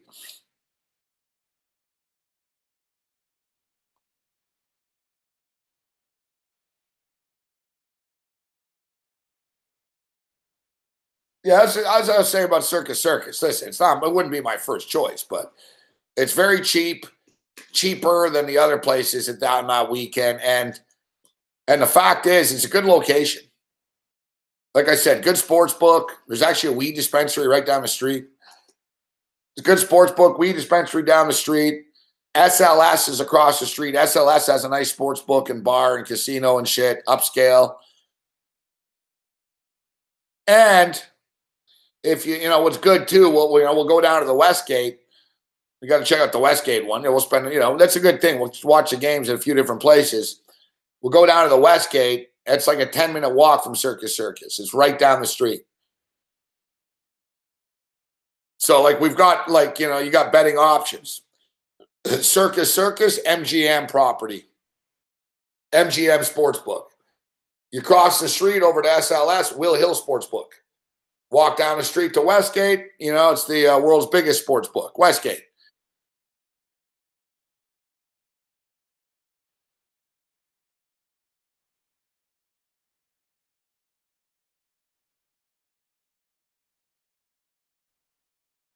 So we're going to be doing our shows from there and stuff, but there's going to be a meet and greet, guys. There's going to be a meet and greet, guys, with like Clay Travis. So if you want to meet Clay Travis, you can come on down. I was going to say if you want to meet me, but that's not nearly as much of a thrill as meeting Clay Travis. But yeah, Dave Malinsky, Teddy Covers, Clay Travis, me. And like I said, the MVP Sports going to be there. Chris Edge is going to be there. Cam Stewart. You want to meet Cam Stewart? Cam Stewart's going to be there.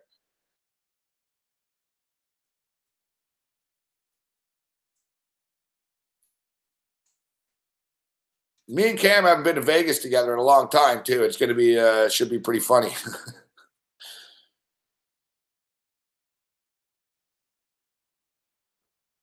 Cam motherfucking gambles, man, when he's in Vegas. Like, he's pretty much the most hardcore dude I've ever seen for that. Like, Cam will be at the tables for, like, a good, 16 hours a day type shit. Like, Cam won't be sitting in the sports book with us watching the games. Like, Cam will play at a fucking blackjack table with the game on in front. You know what I mean? Like, Cam's very hard to get to leave, it's hard to get Cam Stewart to leave, a table or, the casino. I've been with him in Vegas a lot. I'm like, all right, Cam, we're going. He's like, oh, I'll see you later. I'm just going to keep playing here.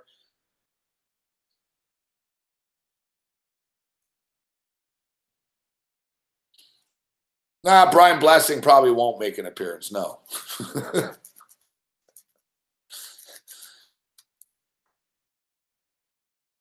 Oh, maybe Blessing will come down to Johnny Licker's house, though, on the Friday night.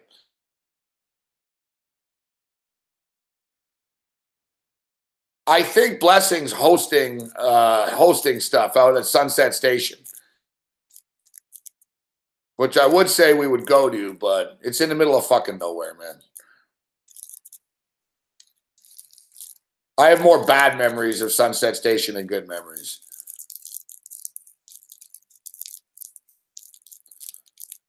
Yeah, Zach Jones going to be there. Zach Jones, SBR. Clay Travis, Dave Malinsky, Teddy Covers, me, and Clay Travis's fans. So they're going to be like SBR crew and Clay Travis's crew.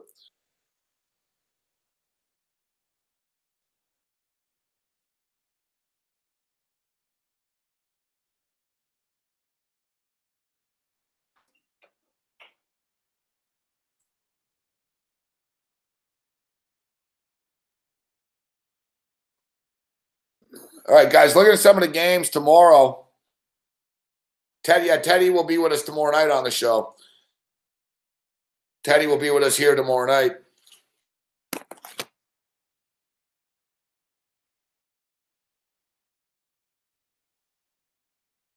Yeah, Shell Dog's going to be there. Fucking Fat Bud. I don't know if that guy ever contacted you, Chris. He's a good guy, the guy in San Diego, actually.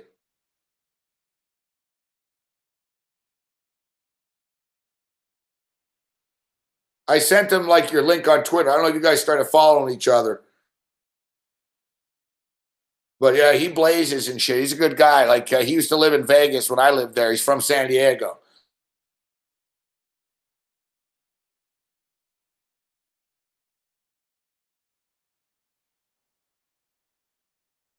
So there's going to be no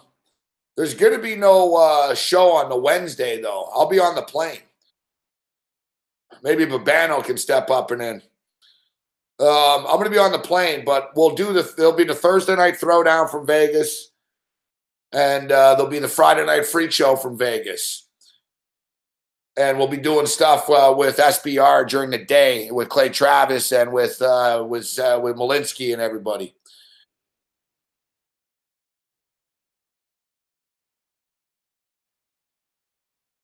But yeah, so the Thursday night, the first night of the tournament, we'll be doing the show from parts to be determined, location to be determined.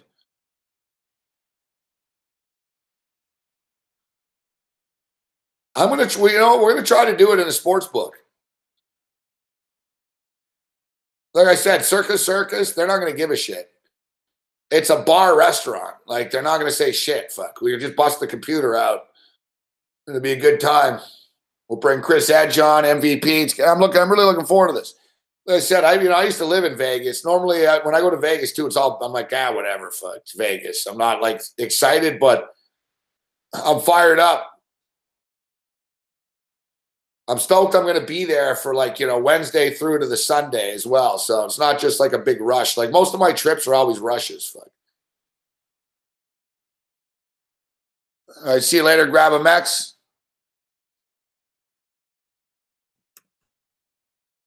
All right, so as we stated, Bet Online is now our official sports book here on the Late Night Anger Management class. We'll tell you about the bonuses and the sign-up codes in the coming days. But college basketball tomorrow, as I mentioned with Babano, we got Wisconsin and Maryland playing at noon Eastern at Madison Square Garden. I think the Maryland Terrapins are a much better basketball team than Wisconsin is. I don't think Wisconsin's one of these teams that's going to go on the run. And, I think Wisconsin just wants the fucking season to be over with. And I think Maryland's going to get to 20. Maryland wins this game.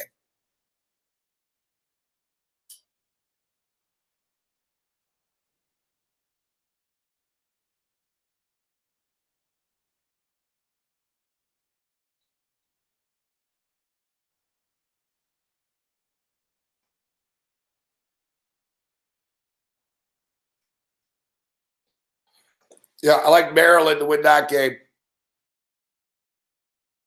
They're leg 2. We talked about tomorrow night. That's it, dude. Tomorrow night, North Florida and Florida Gulf Coast. Over 171. I like that.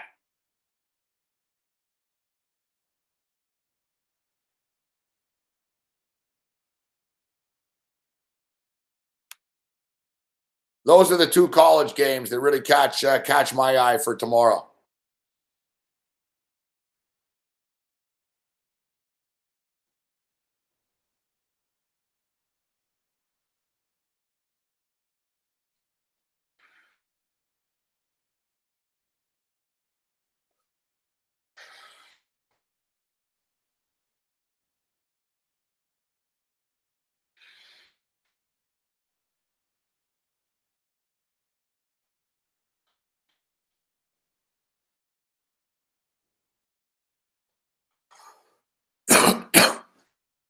Oh, great. Stalkers will be coming.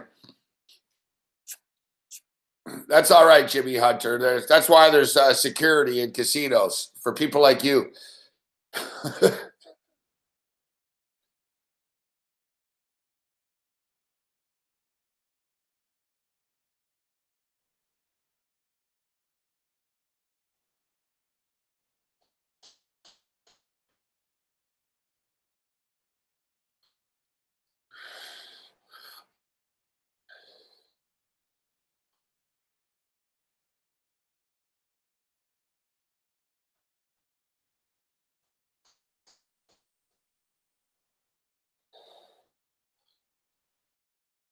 Yeah, you were the winner, Rat Rod.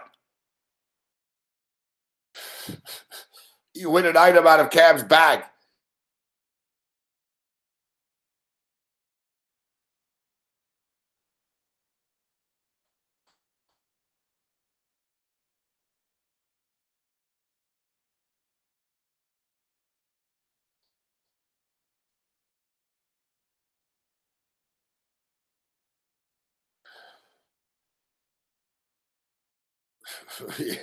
You get to pick. I like how Cam said, except for any of the golf shirts.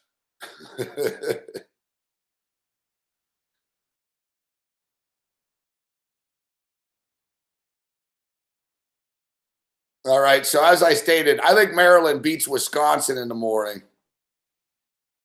That's at 12 noon. We got that Longwood Radford game. Longwood won outright the other night. It's 13.5-point underdogs against High Point. Now they're getting 13.5 against Radford.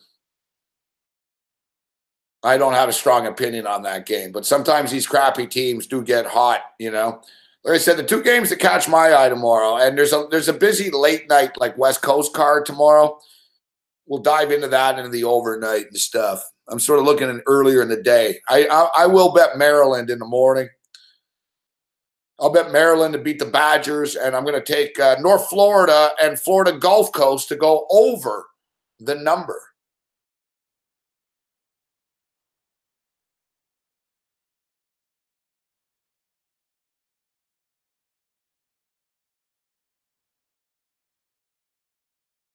It'll be story time at another night, overtime 22.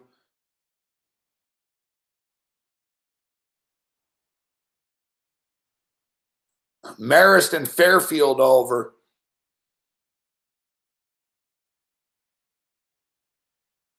I don't have a problem with that game going over the number either, but I'll attach my name to these two. I'll attach my name to these two. I'll take the Heat.